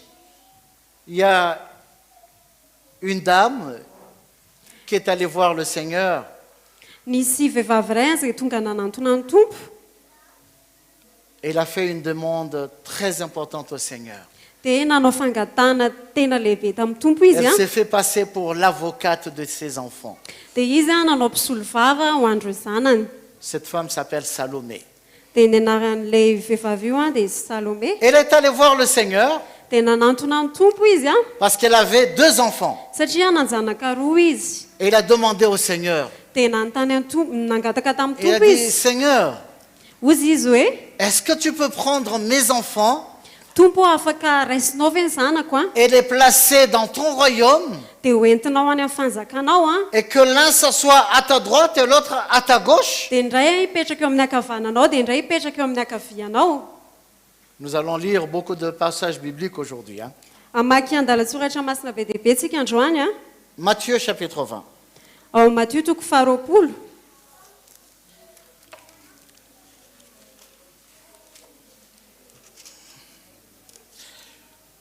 À partir du verset 20, de 20 à 23. manomboka amin'ny andininy 20 ka hatramin'ny 17. Alors la mère des fils de Zébédée s'approcha de Jésus avec ses fils et se prosterna pour lui faire une demande. Il lui dit, « Que veux-tu ? Ordonne, lui dit-elle, que mes 2 fils, que voici, soient assis dans ton royaume, l'un à ta droite et l'autre à ta gauche. » Jésus répondit, « Vous ne savez pas ce que vous demandez. Pouvez-vous boire la coupe que je dois boire ? Nous le pouvons, dirent-ils. Et il leur répondit, il est vrai que vous boirez ma coupe, mais pour ce qui est d'être assis à ma droite et à ma gauche, cela ne dépend pas de moi et ne sera donné qu'à ceux à qui mon Père l'a réservé. Ary tamin'izany dia nanantonany Jesosy nyreny zanak' Zebedeo mba amin'ny zanany dia ny ankohaka ka nangataka zavatra taminy. Aroa izy taminy, inona no irinao dia ora vehivavy taminy. Mandidy mba hipetrahany reto zanako roa lahy ireto, ny anankiray hoe eo amin'ny ankavananao ary ny anankiray eo amin'ny akavianao ao amin'ny fanjakanao. Fa Jesosy tsy namalika nanao hoe tsy fantatrareo izay angatahinareo, ainareo va ny hisotro amin'ny kapoaka izay efa hisotroko? Hoy izy roa lahy taminy, ainay ihany. Hoy kosa izy taminy, hisotro amin'ny kapoakako tokoa ianareo fa ny hipetraka eo an-tanako ankavanana sy eo an-tanako ankavia dia tsy ahy no hanome izany fa izay nanamboarandraiko izany no omena. Alors cette dame est allée faire en quelque sorte, a essayé de faire un trafic d'influence. Ty vehivavy ty zany a dia nanantona an Jesosy a mba ohatrany hoe hisarika anazy. Elle est allée plaider pour ses enfants. Ary nandeha izy angataka ho andro Il zanany. s'est prosterné devant le Seigneur. Nenkohaka teo anatrehan Jesosy Il dit, izy. Seigneur, fais un faveur à mes enfants. Dia niteny izy hoe Jesosy mba omeo toerana le zanako. Fais que mes enfants aient une bonne situation, une bonne position dans ton royaume. Aoka ny zanako mba hanana toerana tsara eo amin'ny Que fanjakanao. l'un soit à ta droite Hoe et indray eo l'autre à ta gauche. ankavananao a dia indray eo ankavianao. Ça donne quand même une fierté à la maman Dia tena hoe mety hisy firehariana mihitsy ao ampon'le reniny a. d'avoir ses enfants l'un à droite et l'autre à gauche du Seigneur. Hoe ny zanany a indray a eo ankavia dia indray eo ankavanan'ny tompo. Mais qu'est-ce que le Seigneur lui a répondu? Fa inona ny zavatra navaliny Jesosy azy? Cela ne dépend pas de moi. Hoe tsy miankina amiko izany. C'est étonnant, non? Tena mahagaga ihany a. Est-ce qu'il y a une chose que le Seigneur ne peut pas faire? Hoe misy zavatra izay tsy hain'ny tompo atao ve? Est-ce qu'il ne peut pas mettre l'un à droite et l'autre à gauche? Izy ve dia tsy afaka ny anao hoe indray eo amin'ny akaviany a dia indray eo amin'ny Mais il a akavanany. dit cela ne dépend pas de lui, Fa izy dia niteny hoe tsy miankina aminy mais ça izany dépend de qui? fa miankina amin'izy. C'est ce que nous allons voir. Dia izay no hojerentsika. Mais parlons du ministère de Jean-Baptiste. Fa andaontsika hiresaka ny asa fanompoany Jaona mpanao Parce Batisa. que nous savons qui était Jean-Baptiste satria fantatsika hoe izy Jaona mpanao batisa Donc, quelle a été sa mission? dia ho hitantsika hoe inona ny iraka izay nataony. Jean-Baptiste ne servait pas au temple comme son père. Ary Jaona mpanao batisa dia tsy nanompo tao amin'ny tempoly tahaka ny rainy, Il était dans le désert. fa tany amin'ny tany efitra izy. C'est bizarre, n'est-ce pas? Tena ohatry ny hoe hafahafa Un sady izany serviteur de Dieu qui sert dans le désert. hoe mpanompon'Andriamanitra manompo any amin'ny tany Alors efitra. qu'il y avait un temple où tous les serviteurs de Dieu servaient. Dia nefa nisy tempoly izay afaka nanompon'ireo mpanompon'Andriamanitra rehetra, Mais lui, son ministère, c'était dans le désert. fa izy ny asa fanompony dia tany amin'ny tany Il efitra. faisait quoi? Ary inona nataony tany? Il annonçait la venue du Seigneur. Izy dia nanambara ny fiavian'ny tompo. Lisons Luc chapitre 3. Taontsika maky eo amin'ny Luka toko 7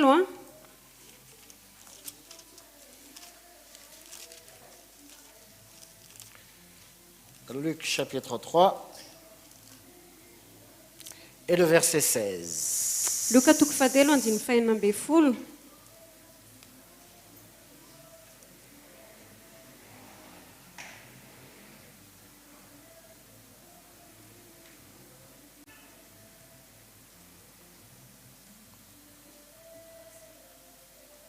Non, nous allons lire plutôt à partir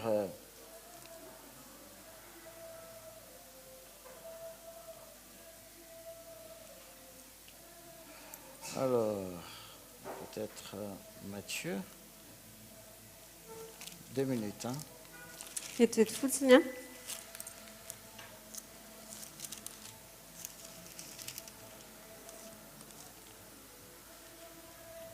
Non, Matthieu chapitre 3. Ao Matthieu toko 7 azafady. Le premier verset. En ce temps-là, Kennedy parut Jean-Baptiste Vauloin. prêchant dans le désert de Judée. Il disait, repentez-vous car le royaume des cieux est proche. Jean est celui qui avait été annoncé par Ésaïe le prophète lorsqu'il dit, c'est ici la voix de celui qui crie dans le désert, préparez le chemin du Seigneur, aplanissez ses sentiers. Matthieu toko 7 andiny voalohany a. Ary tamin'ny zanandro izany dia niseho Jaona mpanao batisa nitory tany any efitra Jodiana hanao hoe mibebay ianareo fa efa akaiky ny fanjakan'ny lanitra, fa izy no ilaina amin'ny plazy izay ny Isaia mpaminany hoe inzany misy feony miantso mafy any any efitra hoe amboara lalan'i Jéhovah, ataovy mahitsy ny lalan-kalehany. Donc Jean-Baptiste, son ministère était de préparer l'arrivée du Seigneur. Jaona mpanao batisa ny asa fanompony a dia ny anomana ny fiavian'ny tompo, Et il prêchait la repentance. tsy mitory ny fibebahana. Et les gens venaient se faire baptiser par lui dans le désert. Dia ny olona tonga nanantona azy mba ho atao batisa tany an-tany efitra. Et il a parlé de Jésus Dia niresaka momba an'i Jesosy izy. en disant que lui-même, il n'était pas digne de délier ses souliers. Dia izy ary nanambara hoe izy dia tsy mendrika akory any amin'ny many fekapan'i Jesosy. Et il a dit dans Jean chapitre 3, verset 30, Dia hoy izy ao amin'ny Jaona toko 7 andiny que Jésus 17 est plus grand que lui. Jesosy dia lehibe noho izy. Et que Jésus doit grandir. Dia Jesosy tokony mitombo Et que lui-même, Jean-Baptiste, devrait s'abaisser. fa izy dia tokony hiena. C'était ça sa mission. Dia izay ny asa niraka ho azy. Il devait préparer les enfants d'Israël Nila izy nanomana ny pour zanak'Israël recevoir le Messie. mba handray ilay Messia. Je répète, il a déclaré lui-même Izy dia nanambara izy qu'il n'est tenany pas hoe digne de délier ses sandales. hoe tsy mendrika ny amahany fehikapan'i Que Jesosy. devant le Seigneur, Hoe eo anatrehan'ny lui-même, tompo il n'est rien.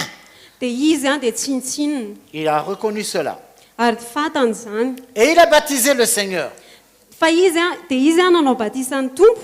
Quand le Seigneur est venu vers lui pour se faire baptiser, Rehefa nanantona azy ny tompo mba ho atao batisa, Jean-Baptiste a dit, non, non, non, c'est pas à moi de te baptiser. dia hozy izy Jaona mpanao batisa hoe antsy izany tokony hanao Parce que qui batisanao. suis-je pour te baptiser? Satria iza moa ny tokony hanao Toi, tu es le batisanao. Seigneur. Ianao ny tompo Je suis venu pour préparer ton arrivée. dia za tonga hanomana ny S'il y a fiavianao. quelqu'un qui doit se faire baptiser, Ary misy olona tokony ho atao batisa c'est moi. dia za Moi, je dois me faire baptiser par toi. iza ny tokony ho ataonao Mais le batisa. Seigneur lui a dit, Fa ozy ny tompo taminy non, laisse faire. hoe avelao ihany Il faut qu'on accomplisse toute la justice de Dieu. mba hatanterahany famarinan'andriamanitra C'est rehetra ainsi que Jean-Baptiste a baptisé Jésus. dia tamin'izay no nanaovan'ny jaona mpanao batisa an jesosy. Est-ce que vous imaginez un peu la place d'une personne qui est choisie pour baptiser le Seigneur Jésus? Ary fantatrareo ve ny toerana ny olona anankiray izay nofidiana hoe izy no hanao batisa an jesosy. C'est une position d'honneur, n'est-ce pas? Tena hoe toeram-boninahitra izany sa tsy izany? C'est pas donné à n'importe qui, Ary tsy ny olona rehetra ny afaka manao an'izany mais cela a été donné à Jean-Baptiste. fa nefa nomena ny jaona mpanao batisa ny Donc il a toerana izany. baptisé le Seigneur Dia nanao batisa ny tompo izy et il s'est passé quelque chose de très important. dia nisy zavatra tena lehibe antranga. Il va y avoir une nouvelle tournure de l'histoire. Dia isy fiovana lehibe eo amin'ny tantara. Et c'est là où nous avons besoin d'être très attentifs Dia eo no mila mifantoka tsara de isika ce qui va se passer. ny amin'ny zavatra izay hitranga. Matthieu chapitre 3. Matio toko fahatelo Nous allons lire à partir du verset 13. manomboka amin'ny andininy fahatelo amby folo. Alors Jésus vint de la Galilée au Jourdain vers Jean pour être baptisé par lui. Mais Jean s'y opposait en disant, « C'est moi qui ai besoin d'être baptisé par toi, et toi tu viens à moi ?» Jésus lui répondit, « Laisse faire maintenant, car il est convenable que nous accomplissions ainsi tout ce qui est juste. » Et Jean ne lui résista pas. Dès que Jésus eut été baptisé, il sortit de l'eau, et voici les cieux s'ouvrirent, et il vit l'Esprit de Dieu descendre comme une colombe et venir sur lui.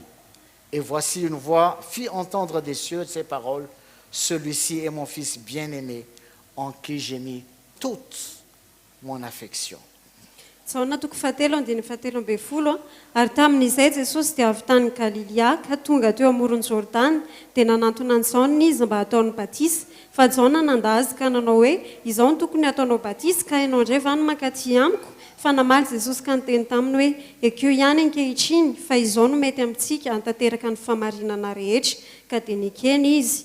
Ary vao natao batisa Jesosy dia niakatra avy teo amin'ny rano niaraka tamin'izay izy. Ary indro nisokatra tamin'ny lanitra ary hitany ny fanahin'Andriamanitra nidina tahaka ny voromailala nakeo amboniny ary inzao nisy feo avy tany an-danitra nanao hoe ity no zanako malalako izay sitrako. Frères et sœurs, Rahalasana bavy j'espère que le Seigneur va ouvrir notre cœur mino hoe ny tompo tena nokatra ny fotsika pour comprendre comment la tournure des choses mba va être à hatakarantsika partir de hoe maintenant. nanao ahoana ny fiovan'ny tantara nanomboka teo Car c'est très important. satria tena zava-dehibe zany. C'est à partir de là que nous pouvons comprendre Ary nanomboka teo ny hatakarantsika hoe comment se fait-il que Jean, qui est le plus grand de tous ceux qui sont nés de femmes, hoe manina moa Jaona izay lehibe indrindra tamin'izay natera-behivavy soit plus petit que le plus petit dans le royaume des cieux. dia kely noho izay kely indrindra eo amin'ny fanjakan'ny lanitra. Lorsque Jean-Baptiste a baptisé Jésus, Rehefa nanao batisa an Jesosy Jaona mpanao batisa il y a eu une voix venant du ciel dia nisy feo avy any an-danitra qui a dit, celui-ci est mon fils bien-aimé, écoutez-le.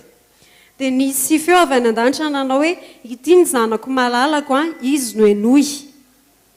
N'oublions pas que Jean-Baptiste était envoyé pour préparer l'arrivée du Seigneur. Ary aza adintsika fa i Jaona mpanao batisa dia nirahana mba hanomana ny fahatongavan'ny tompo. Je vais donner une illustration.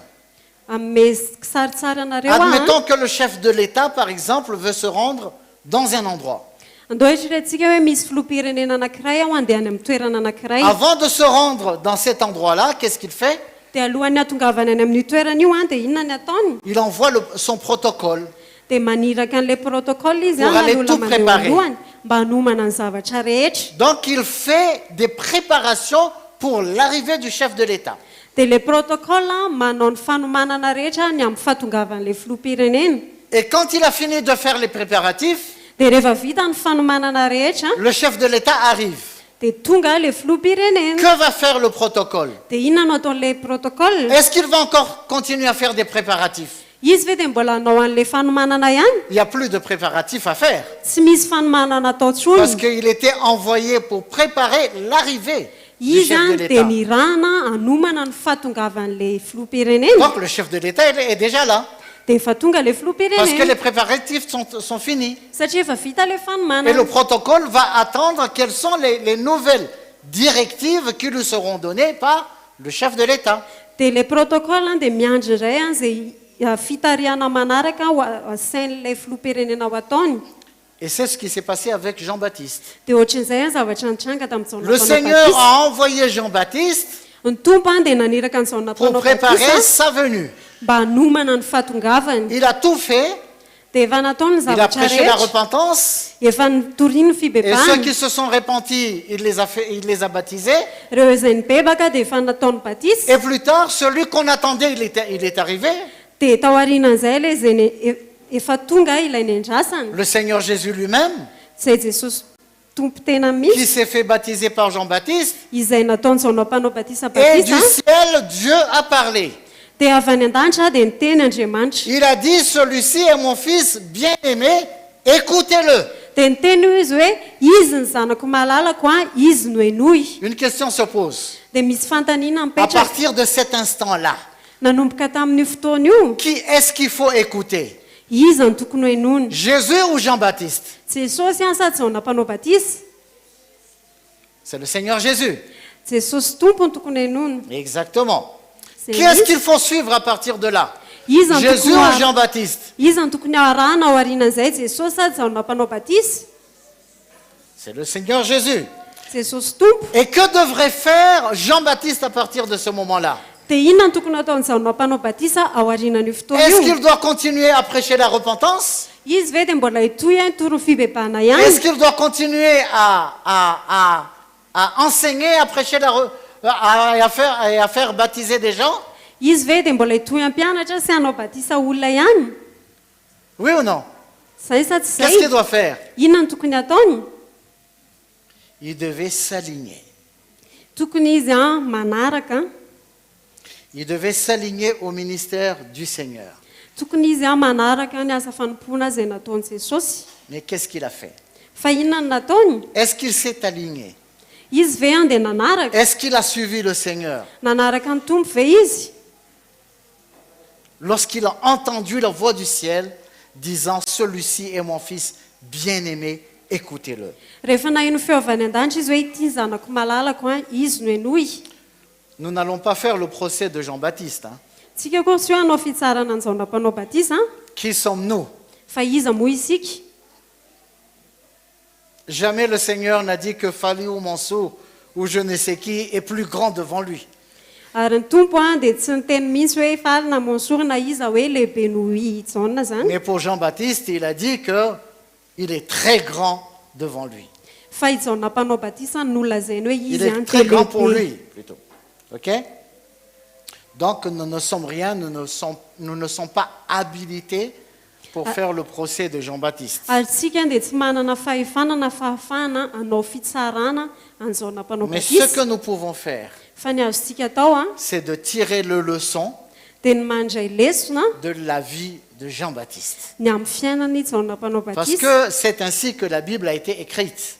satria zay no antony nanoratana amin'ny Pour que baiboly nous tirons des instructions, mba ahafahantsika mandray fampianarana des instructions de ceux qui nous ont précédés. mandray fampianarana avy amin'izay efa nandeha teo alohantsika Alors, qu'est-ce que Jean-Baptiste a fait à partir de là? ary inona nataon'izao mpanao batisa taorianan'izay Nous savons que Jean-Baptiste ne s'est pas aligné au ministère du Seigneur. fantatsika hoe zaona mpanao batisa dia tsy nanaraka tamin'ny asa fanompony tompo Parce qu'il a continué son ministère avec ses disciples. satria izy a dia nanoho ny asa fanompony a niaraka tamin'ny mpianany Jésus avait ses disciples jesosy a nanana mpianany a et Jean-Baptiste aussi avait ses disciples. dia zaona mpanao batisa koa nanana mpianany Et il ne s'est pas arrêté là. dia tsy nijanona tamin'izay ihany izy Il s'est mis même à critiquer et à juger le Seigneur. dia izy a lasa nitsikera sy ny tsaran'ny tompo Matthieu chapitre 9. matio toko fasivy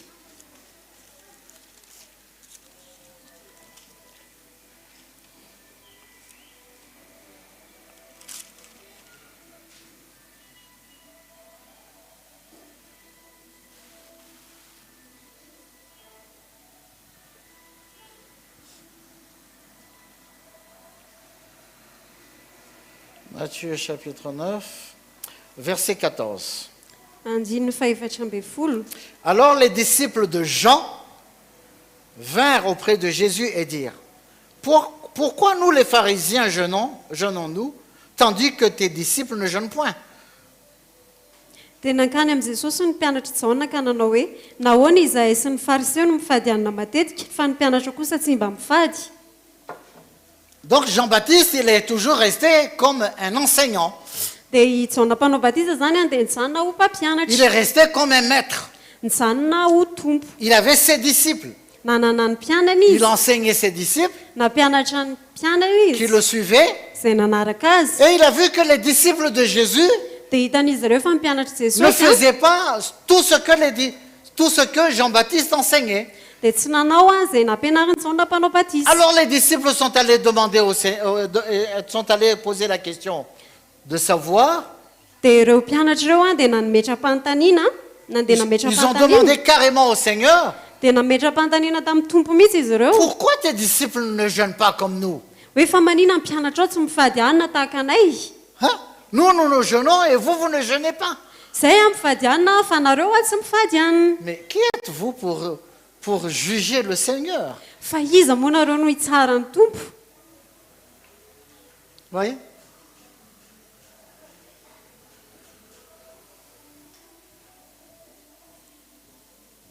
Qu'est-ce que Jean-Baptiste devait faire?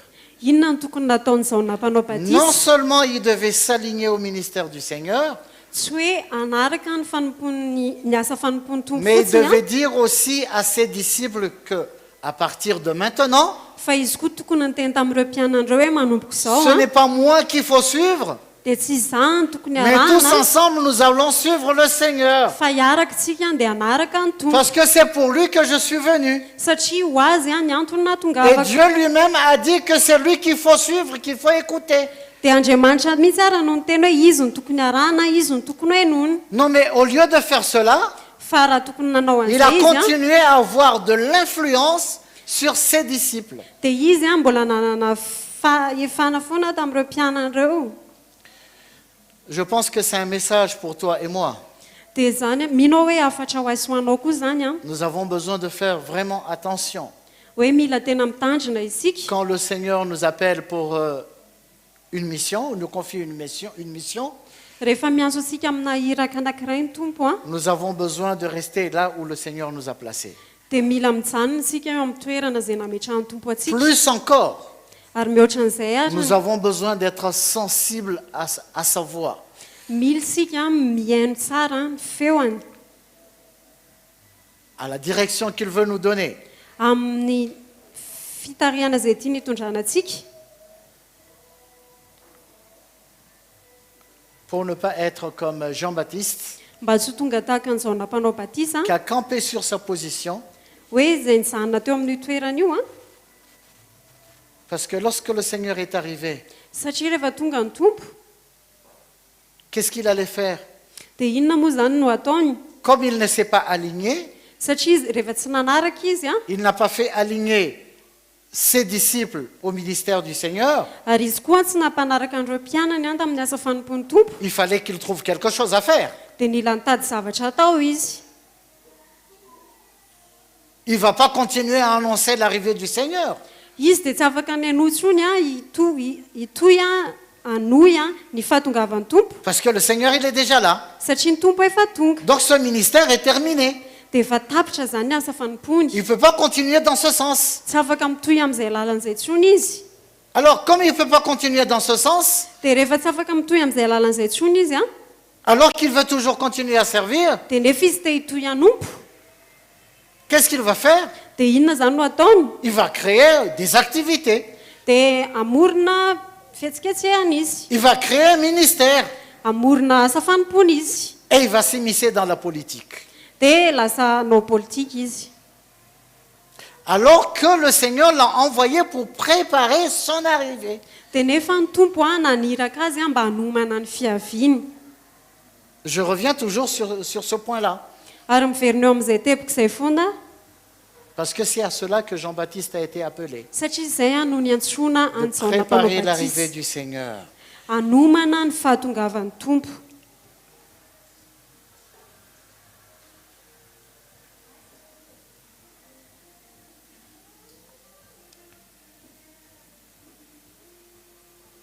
Donc, il a commencé à faire de la politique. dia nanomboka nanao politika izy a Il a commencé à critiquer Hérode, nanomboka nitsikeran'ny Hérode izy a alors qu'il a été envoyé envers les enfants d'Israël dia nefa izy a nirahana ho eo amin'ny zanak'Israely pour leur annoncer l'arrivée du Messie. mba hanambara ny fiavian'ilay Mesia. Mais après, Fa tao aorianan'izay a comme le Messie est arrivé rehefa tonga amin'ny et qu'il Mesia voulait toujours continuer, dia nefa izy mbola te hanohy foana. voyons dans Luc chapitre 3. Ndao jerentsika eo amin'ny Luka toko fahatelo a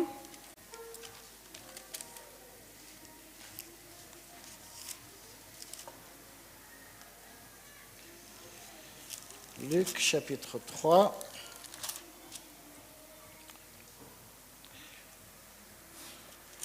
Et le verset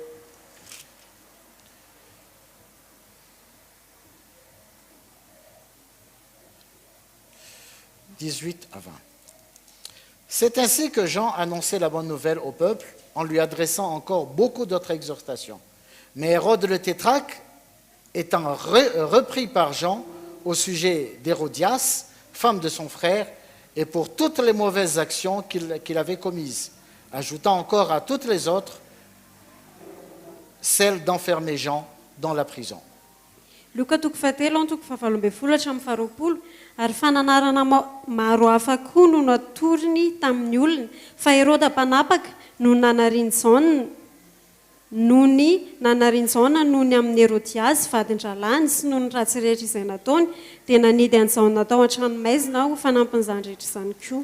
Alors nous voyons Jean-Baptiste partout maintenant.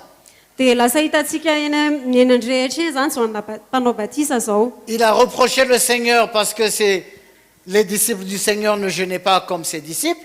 Nametsiny ny tompo izy hoe ny mpianatra ny tompo a tsy ny fahadiana tahaka ny mpianana. Et il a reproché Hérode d'avoir pris la femme, de vouloir prendre la femme de son frère. Dia tsikeran'ny Hérode koa izy a zay tiaka ny vadin-dralany. Alors finalement, Hérode l'a saisi et l'a jeté en prison. Dia farany a dia nalain'ny Hérode izy a dia nalefa nidintany Et nous an-tranomaizina. savons la suite. Dia fantatsika ny toyany. Qu'est-ce qui lui est arrivé? Inona ny zavatra On lui a coupé la tête. nitapahana ny lohany. Le plus grand de tous ceux qui sont nés de femmes, Ilay lehibe indrindra no ireo natera-behivavy a le Seigneur l'a laissé pour se faire couper la tête. dia navelan'ny tompo a ho tapaka ny lohany. On peut se demander, mais pourquoi le Seigneur ne l'a pas sauvé? Dia afaka manontany tena mihitsy tsika hoe fa maninona ny tompony tsy namonjy azy. Alors qu'il est le plus grand de tous ceux qui sont nés de femmes. Dia nefa izy a lehibe indrindra no ireo izay natera-behivavy. Jean-Baptiste lui-même, il est entré dans une confusion. Na Jaona mpanao batisa ara dia tonga tao anatina fifangaroana izy. Qui l'a mis dans cette confusion? Izy no nametraka azy tao anatin'izany fifangaroana izany. C'est lui-même. Izy tena niany. Comment il est entré dans la confusion? Ary ahoana no natafidirany tao Matthieu anatin'izany. chapitre 11. Matthieu toko faha 12. Et le verset 3. Andininy fahatelo. Jean, il est en prison là, hein, ayant entendu parler dans sa prison des œuvres du Christ, lui fit dire à ses disciples, es-tu celui qui doit venir ou devons-nous en attendre un autre? Jaona toko faha 12 andininy faharoa. Ay, zavady Matthieu. Ary rehefa reny Jaona tao an-tranomaizina ny asa nataon'i Kristy dia naniraka ny mpianany izy hanao aminy hoe ianao va ilay ho avy sa mbola hafa no andrasantsika. Voyez ce que Jean est en train de raconter ici? Hitanareo ve zavatra tenenin'ny Il est Jaona enfermé en prison any an-tranomaizina izy a et il a envoyé ses disciples dia nandefa ny mpianana izy à aller demander à Jésus, anontany an' Jesosy est-ce que c'est lui qui doit venir ou bien on doit attendre un autre? hoe izy ve ilay efa niandrasana sa mbola misy hafa. Alors que pendant qu'il a exercé son ministère dans le désert, Dia nefa izy zany tamin'ny nanao ny asa fanompony tany an-tany il efitra avait dit que c'est lui que j'attendais. dia efa niteny izy hoe izy ilay nandrasana. Il est plus grand que moi. Izy ilay lehibe noho izaho. Je ne suis même pas digne de délier ses chaussures. Tsy mendrika namany fekapany akory ary aho. Et maintenant en prison, fa zao izy ao an-trano maizina il est en train de se contredire. dia izy ihany manohatra ny zavatra Allez lui nyteneniny demander, est-ce que c'est lui ou bien il y a un autre qui va venir? hoe andana nytanio izy hoe fa izy re sa mbola misy hafa endrasany Mais qu'est-ce que tu avais dit pendant que tu étais dans le désert? fa inona ny zavatra nytenenao tamin'ny anao tany an-tany hevitra Il est entré dans une confusion. dia tonga tanatina fifangaroana izy a Pourquoi? hoe fa maninona Parce qu'il ne s'est pas aligné au ministère du Seigneur. satria izy a dia tsy nanaraka ny asa fanompony Pourquoi? satria Parce naninona qu'il n'était pas sensible à la voix du Seigneur. satria izy a dia tsy niaino a ny feo an'ny tompo Jean-Baptiste devait s'effacer. tsaona mpanao batisa tokony namafa ny tenany Comme il avait dit lui-même dans Jean chapitre 3 tahaka nylazainy atao amin'ny jaona toko fahatelo et le verset 30. andiny fahatelopolo Il faut qu'il croisse et que je diminue. izy tsy maintsy mitombo fa izaho kosa tsy maintsy miaina Encore une fois, nous ne sommes pas en train de faire le procès de Jean-Baptiste. averiko ihany hoe tsy ao tsy manao fitsarana anjaona mpanao batisa akorytsika Car qui sommes-nous? satria iza moa isika Mais nous essayons de voir fa tsika dia miezaka mijery a la vie de Jean-Baptiste ny fiainanjaona mpanao batisa afin de pouvoir comprendre mba ahafahantsika mahazo a comment matakatra est-ce que le plus petit dans le royaume des cieux hoe nanahoana moa nahatonga n'ilay lehibe indrindra teo amin'ny fanjakany lanitra soit plus grand, le kely indrindra eo amin'ny fanjakany lanitra zafady soit plus grand ho tonga que lehibe Jean-Baptiste. no hijaona mpanao batisa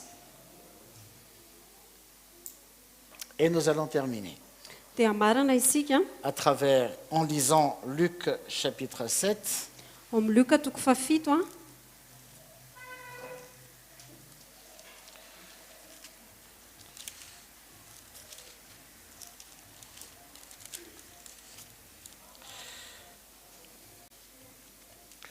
Luc chapitre 7, verset 28. andiny fahavalo amby roapolo Je vous le dis, parmi ceux qui sont nés de femmes, il n'y en a point de plus grand que Jean. Cependant, le plus petit dans le royaume des cieux est plus grand que lui. lazaiko aminareo amin'izay nateraky ny vehivavy tsy misy lehibe noho ijaonina nefa ny kely indrindra amin'ny fanjakan'andriamanitra dia lehibe noho izy Donc, qui peut entrer dans le royaume des cieux? iza moa ny afaka miditra eo amin'ny fanjakany lanitra Ce sont les enfants de Dieu, non? tsy ireo zanak'andriamanitra ve sa tsy zany Et les enfants de Dieu, ce sont des gens, nous, ary ny zanak'andriamanitra dia olona itsika qui sommes nés de femmes. izay natera-behivavy Mais la Bible nous dit fa ny baiboly dia miteny hoe que Jean, hoe que ijaonina parmi tous ceux qui sont nés de femmes, eo amin'ireo izay nateraky ny vehivavy rehetra Jean est le plus grand de tous. dia izy ny lehibe indrindra jaonina ny lehibe indrindra Est-ce que la question est répondue? voavaly ve le fanontaniana On va continuer la semaine prochaine. toizantsika amin'ny heritra ilay izy a Nous allons voir dimanche, Dieu voulant, hitantsika amin'ny lahady heriny a comment est-ce que Jean a perdu sa place, hoe ahoana ny nahavery ny toerany jaonina lui qui est le plus grand de tous ceux qui sont nés de femmes, izy a n'izay lehibe a no ireo izay natera-behivavy rehetra au point que le plus petit dans le royaume des cieux izay lasa hoe nankely indrindra eo amin'ny fanjakany lanitra ary a soit plus grand que Jean-Baptiste. dia lasa lehibe no jaona mpanao batisa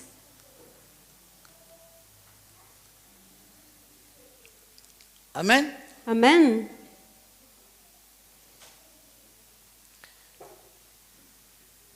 En tout cas, nous allons répondre à la question la semaine prochaine. fa ho Dimanche. valitsika izay amin'ny herinandroany zany amin'ny Mais il est lahady très a important de connaître d'abord Jean-Baptiste et son ministère. fa tena zava-dehibe nefa ny nafantarantsika aloha hoe izy jaona mpanao batisa sy ny Parce asa que c'est là que fanompony nous pouvons comprendre satria eo no afantarantsika ny Tout ce- atakarantsika tout ce qui s'est passé. ny zavatra antranga rehetra Amen. amen Nous allons nous lever. iaraka hitsangantsika Alléluia. Merci Seigneur. Misaotra tompo. Alléluia.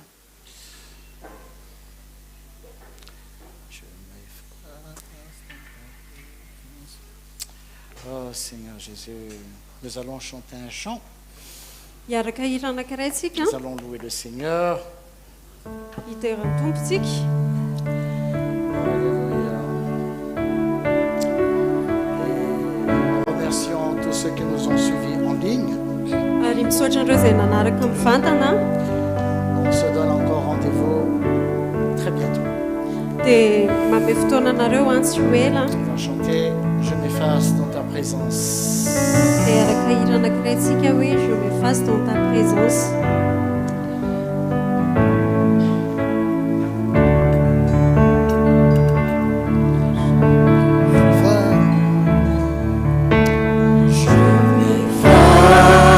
Dans ta présence, à tes pieds, le cœur brisé, fais ton œuvre dans ma vie. J'ai besoin de toi.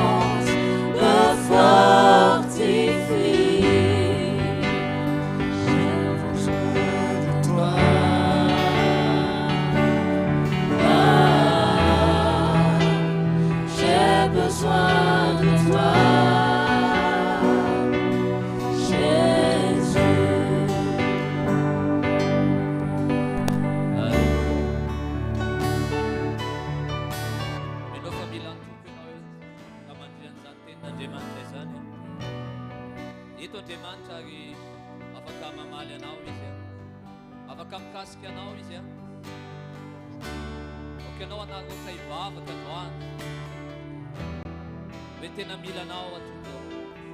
Tena mila ny fahasoavanao, mila ny fanampinao. Ianao no mampahery anahy. Ok, anao hivavaka androany. Ok, anao tena